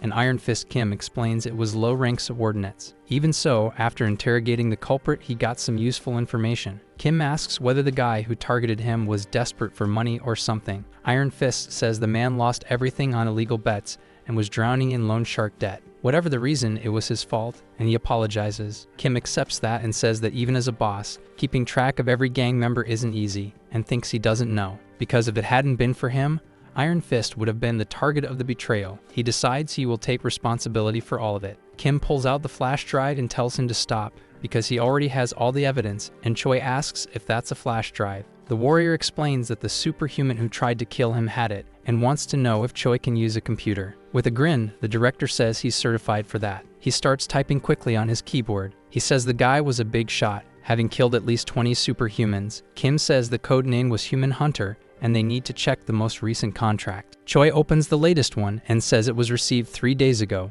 The reward was 20 billion. Both Kims shout about how high that amount is. The warrior asks who would offer that much money. Choi says the requester was someone from the Ascendant group, and Kim asks if it's someone from a big corporation. The director displays the person's identity. Kim is completely shocked and asks if it was that jerk. Since it was a paladin from House Jo Chul who once gave him a dirty look, things were pretty messed up now. The director asks why that rich kid tried to kill him, and Kim says he has a hunch and wants to seed his family tree. Choi keeps typing, saying he'll find it. He shows it to Kim, who thinks that, just as expected, he knew what was going on. Ascendant Security was a private military company under the Ascendant Group and one of the 5 largest firms in Arcane Seoul. Lee Jae-ol, the eldest son of Ascendant Security, was first in line for succession. However, after receiving baptism from the Order of the Old Priest and becoming a paladin, he was pushed far down the line of inheritance. Now the only path left for him is to succeed as a paladin. But the Saintess was obsessed with him, calling him light and savior. Kim says that seeing him surpass baptism and rise to prominence must have enraged him enough to hire an assassin, and Choi says he needs a lesson. Iron Fist remarks that the opponent isn't just an heir to a company, but from a family that owns a major corporation, so they can't afford to mess up. Choi says that doesn't mean they should sit still, and Kim says he's right, because he has an idea, and Choi starts flattering him. The warrior explains they have to take down a big shot and will start by targeting his sphere of influence. Woojin, irritated, slams the table, calling him a damn scumbag for trying to bring down his lord. Kim asks him to calm down because he's still alive, thinking that nothing is more reliable than Seo Woojin, who is wealthy and also level 5, and the boy says he won't let this slide, and they should hire an assassin too. Choi says he can't even imagine paying for an assassin. If they try to hire one, it'll be even more expensive, and he argues. Kim tells them both not to worry because he has an idea. He will officially challenge Lee Jae-ol to a duel. Woojin says that's very dangerous. Kim says it can't be avoided, because if they leave him alone, he'll hire even stronger assassins to try to kill him, and Woojin notes he won't fight personally, and will put someone else in his place. The warrior says this world is full of unfair advantages, and if he wins the duel, he'll get a proper apology and compensation. Iron Fist says that, actually, it sounds like the most realistic solution right now. Kim agrees and notes that with clear evidence in hand, he has more than enough justification to challenge him to a duel, and if they allow a private duel, he'll accept. Choi says he will formally send a duel challenge and that they also need an official notary. Woojin says to leave it to him because his parents know a lawyer who used to be a Supreme Court judge. The warrior thanks the group. He asks why they are looking at him like that, since he's not going to lose his life out there. Iron Fist asks if he is that confident of victory, because the enemy knows his strength and will summon at least a level 4 fighter. Kim says it won't be easy. He thinks he might not be allowed to use mutation in an official duel, since it will be harder than when he had to face the president. Yet he says he can already predict whom the enemy will put in the fight. Iron Fist asks if he knows who his opponent is, and Kim confirms, saying that's why he needs time to prepare and wants to train with Woojin. His friend agrees and says he'll help with whatever he can. Kim thanks him and asks him to go easy, thinking he almost lost his life fighting him last time. 3 days later, in an arena, Woojin cheers for the warrior to succeed, and Choi does the same. Kim thanks them, thinking he has trained hard for the past 3 days and is very tired, but thanks to that he finished his preparations. He is ready to face his opponent. Odusik, the paladin captain of the Order of the Old Father, says it's been a while since his last duel. Jael says the captain didn't have to come all the way here, but Dusik tells him to be quiet because he has no right to speak. No paladin of the order will ever lose an official duel as long as he is captain. Kim thinks that Lee Jael acts tough in front of him, but is a mere sheep before his captain and calls him a coward. Dusik says it is a pleasure to meet the warrior. He first apologizes for this unpleasant matter. Kim is surprised, thinking he is apologizing politely. Dusik states that the incident was the fault of one individual, and that his esteemed saintess has nothing to do with it. Kim asks what the order's position is. The paladin says the saintess declared that warrior Kim would be her light and savior. The young man reflects on that, because Jo Chul said the same thing, yet he doesn't know what it means. Dusik proposes the condition that Kim join their order if he wins. Kim repeats the idea of joining the order, wondering why she is so obsessed with him. Dusik says it is the will of his saintess and of his lord. The lawyer approaches, announcing that it is now time to start the duel. With all parties present, they must confirm the contract for the duel oath. If the paladin wins, Kim will join the Order of the Old Father. However, if the warrior wins, Lee Jael is forbidden to harm Kim directly or indirectly and will pay compensation. He asks if that is correct. Both sides accept the agreement. Kim thinks that in Arcane Seoul, the duel oath is something magical that makes your heart explode if you break it. Even in this chaotic world, no one would be crazy enough to violate such an oath. They will now proceed to confirm the duel rules, following the international standard regulations set by the Superhuman Federations. All personal superpowers and weapons may be used, however, consumable items must be crafted on site. Dusik says he is already prepared, Kim says he will make his consumables, and the lawyer notes the time limit is 10 minutes per item. Kim creates 3 vials of potions. He thinks he is basically an alchemist when he swaps his traits like this, because they are elixirs made specifically against paladins. The lawyer states they are the elixir of steel body,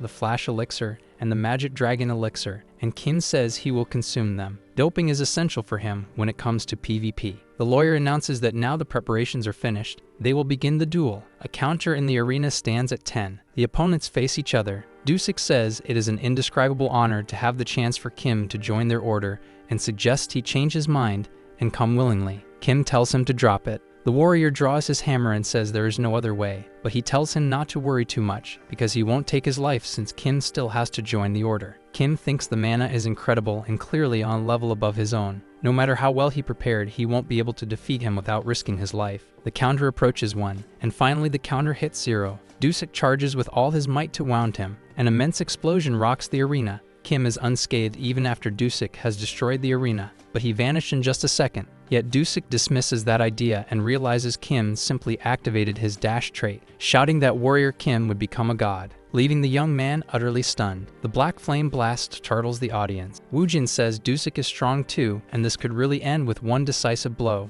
Serin watches the fight and tells everyone to pay attention. The smoke clears and Kim has blocked the strike with his shield, asking if Dusek was talking about becoming a god and what kind of nonsense that was. Dusek is completely taken aback. Kim thinks that, as expected, Dusek opened with his charge, a high-tier skill meant for surprise attacks. But he was fully aware of it, so there was no reason not to block. Even so, that power strike could shatter his 3rd layer shield. Dusek says a level 3 warrior blocking his attack might help him understand the Saintess's insistence, but Kim tells him to explain this talk about being a god. The paladin says that is exactly what he heard, because warrior Kim is the hope of their order and the one who will save them from the apocalypse. Kim reflects on being the order's hope because when he thinks about it now, the god they serve is dead. Years ago, as the story advanced, the Saintess performed a ritual to revive her god, and a boss battle erupted in the middle of Seoul. Kim asks if by savior they mean turning him into a vessel for their god. Dusek says that is precisely it, calling it a noble sacrifice and sacred devotion.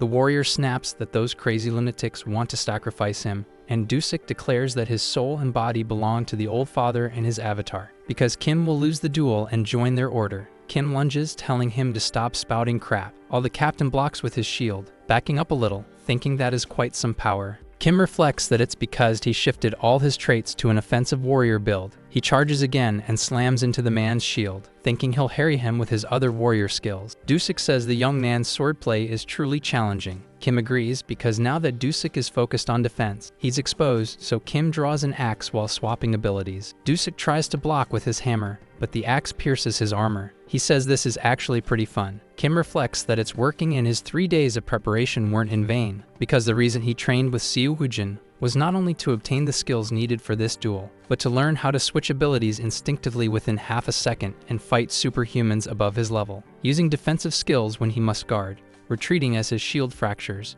Kim lunges again with a sword, saying he'll use offensive warrior skills for surprise strikes and other warrior abilities when he needs multiple hits, hammering the shield with simultaneous attacks. He warns that he's right here, activating Berserker to seize the opening because a level 3 against a level 4 can only win by shifting powers. Dusek feels as if he's fighting 4 different warriors, and wonders how that is possible. His hammer is knocked away by Kim's attacks. The paladins gasp, saying it's impossible. Dusek is utterly incredulous, staring at his wound in shock. Kim declares he has won this duel and has no intention of becoming a sacrifice for their order. Dusek concedes that but says he can't go easy on him now. Yet he no longer cares about sacrifices or anything like that, because he'll kill Kim, and Kim had better be ready. He hurls his shield at Kim's guard, and the young man curses the frontal assault. Blasted backward as the shield shatters, he thinks Dusek's power just spiked, and the enemy had been holding back until now. Dusek charges again, asking how Kim can badmouth his order, smashing the young man against the wall once more, and telling him to apologize now.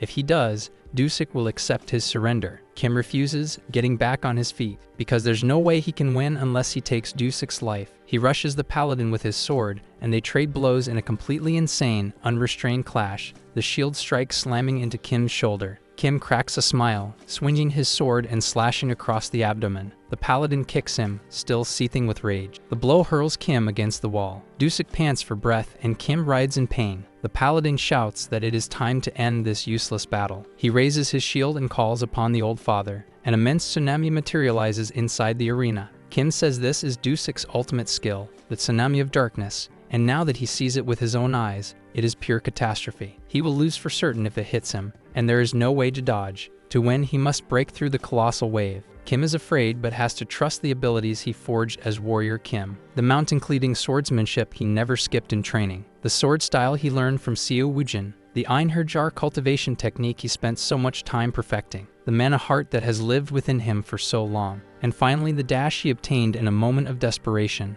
At last, the final instant that can cut all things in the universe, the flash. Kim says he will use every one of his skills, and it is time to put all his effort on the line. He lunges with his sword for a thrust, because last but not least, the young man slices through the tsunami second by second. Kim thinks he must believe in himself. Jael asks what that was. Choi also wants to know what is happening. Kim stops after delivering the sword strike. He coughs blood, racked with pain. Dusick says it was a truly magnificent duel, and calls him warrior, his back now torn open. He collapses to the ground, completely defeated. The lawyer raises Kim's hand and declares him the victor. His friends run toward him. Kim thinks he did it. He beat a high-level superhuman without using a mutant skill. Woojin hugs his master, saying he really is the best. Serin jokes that he is totally inhuman. Choi says he knew his master would win, and Iron Fist is stunned by the outcome. Jael hurls insults at Kim. He charges with a hammer, but Woojin steps in to defend. The clash triggers an explosion that forces the paladin to retreat. Jael slams back into his comrades. Woojin tells that piece of trash to stay in his place, saying he was bold to attack his teacher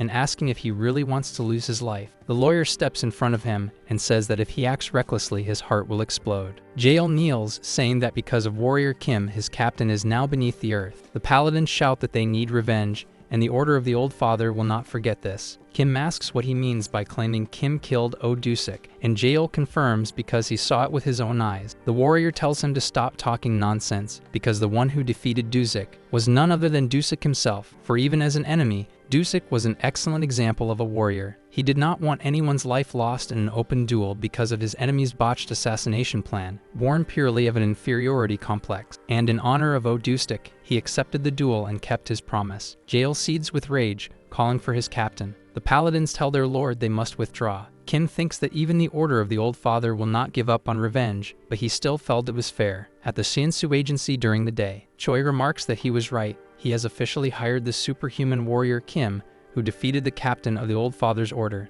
and he understands the client has requests. Apologizing, he says he will call him shortly. Kim says he was worried Jo Chul wouldn't manage the armor, but he did as asked with giant and extreme traits, and Choi praises him, asking why Kim doesn't take a look, because it is a gift from him. Kim opens the box, astonished, wondering how he looks in the new outfit, and Choi says it is a luxurious training suit with self-cleaning and mana regeneration. The warrior appreciates the director's taste and thanks him, while his boss starts flattering him and asks if he can make a request of the superhuman. He thanks the young man because his business is booming now thanks to their short time working together. People had doubted their relationship. Kim says that in light of that, he asks if the director has any decent work for him, and Choi agrees, saying he has prepared something perfect. The Sun Magic Tower wants to study his black flame for research purposes, and Kim ponders that. The Sun Magic Tower was one of the 4 great magic towers in Seoul, and if he remembered correctly, it was where one could acquire fire-related spells. Choi says they will present the young man with a membership,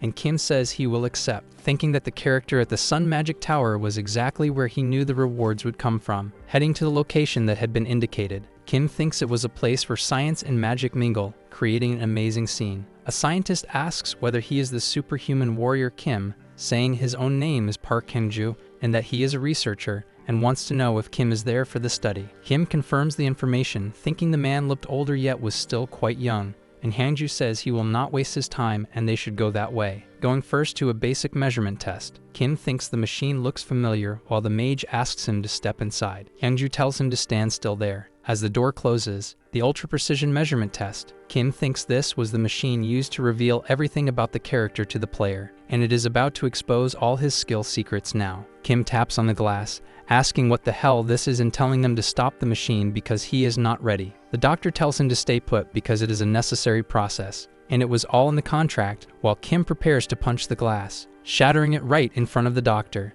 Hyunju asks what all this means, and Kim says the contract he signed only required him to show the black flame, which is why he cooperated. Someone appears, asking who Hyunju thought he was to treat a guest like that, then slaps Hyunju across the face. Yu Myung-suk asks how that idiot dared ruin his project again. Hyunju says it was a misunderstanding, but his boss rejects that because he wanted to sell all the warriors' information and own the black flame skill. He has a camera recording this, and the researcher apologizes, saying he was blinded by momentary greed. Myung-suk tells him to get out because he is now exiled from the team, and Kim wonders what is going on. After a small cough, the scientist turns and apologizes to Warrior Kim, introducing himself as the chief researcher. And he looked in bad shape. Kim says that may be so, but it wasn't their fault, and wants to know what will happen to him. Myung-suk explains that idiots sold confidential information out of greed, and if not for Elder Joe, he would have been expelled long ago. Kim says he came there to fulfill the director's request, and almost had his personal data extracted, and Yu Myung-suk apologizes, saying he will raise the membership level. The warrior asks about the benefits, and the chief says he can use commercial potions and train his own brews,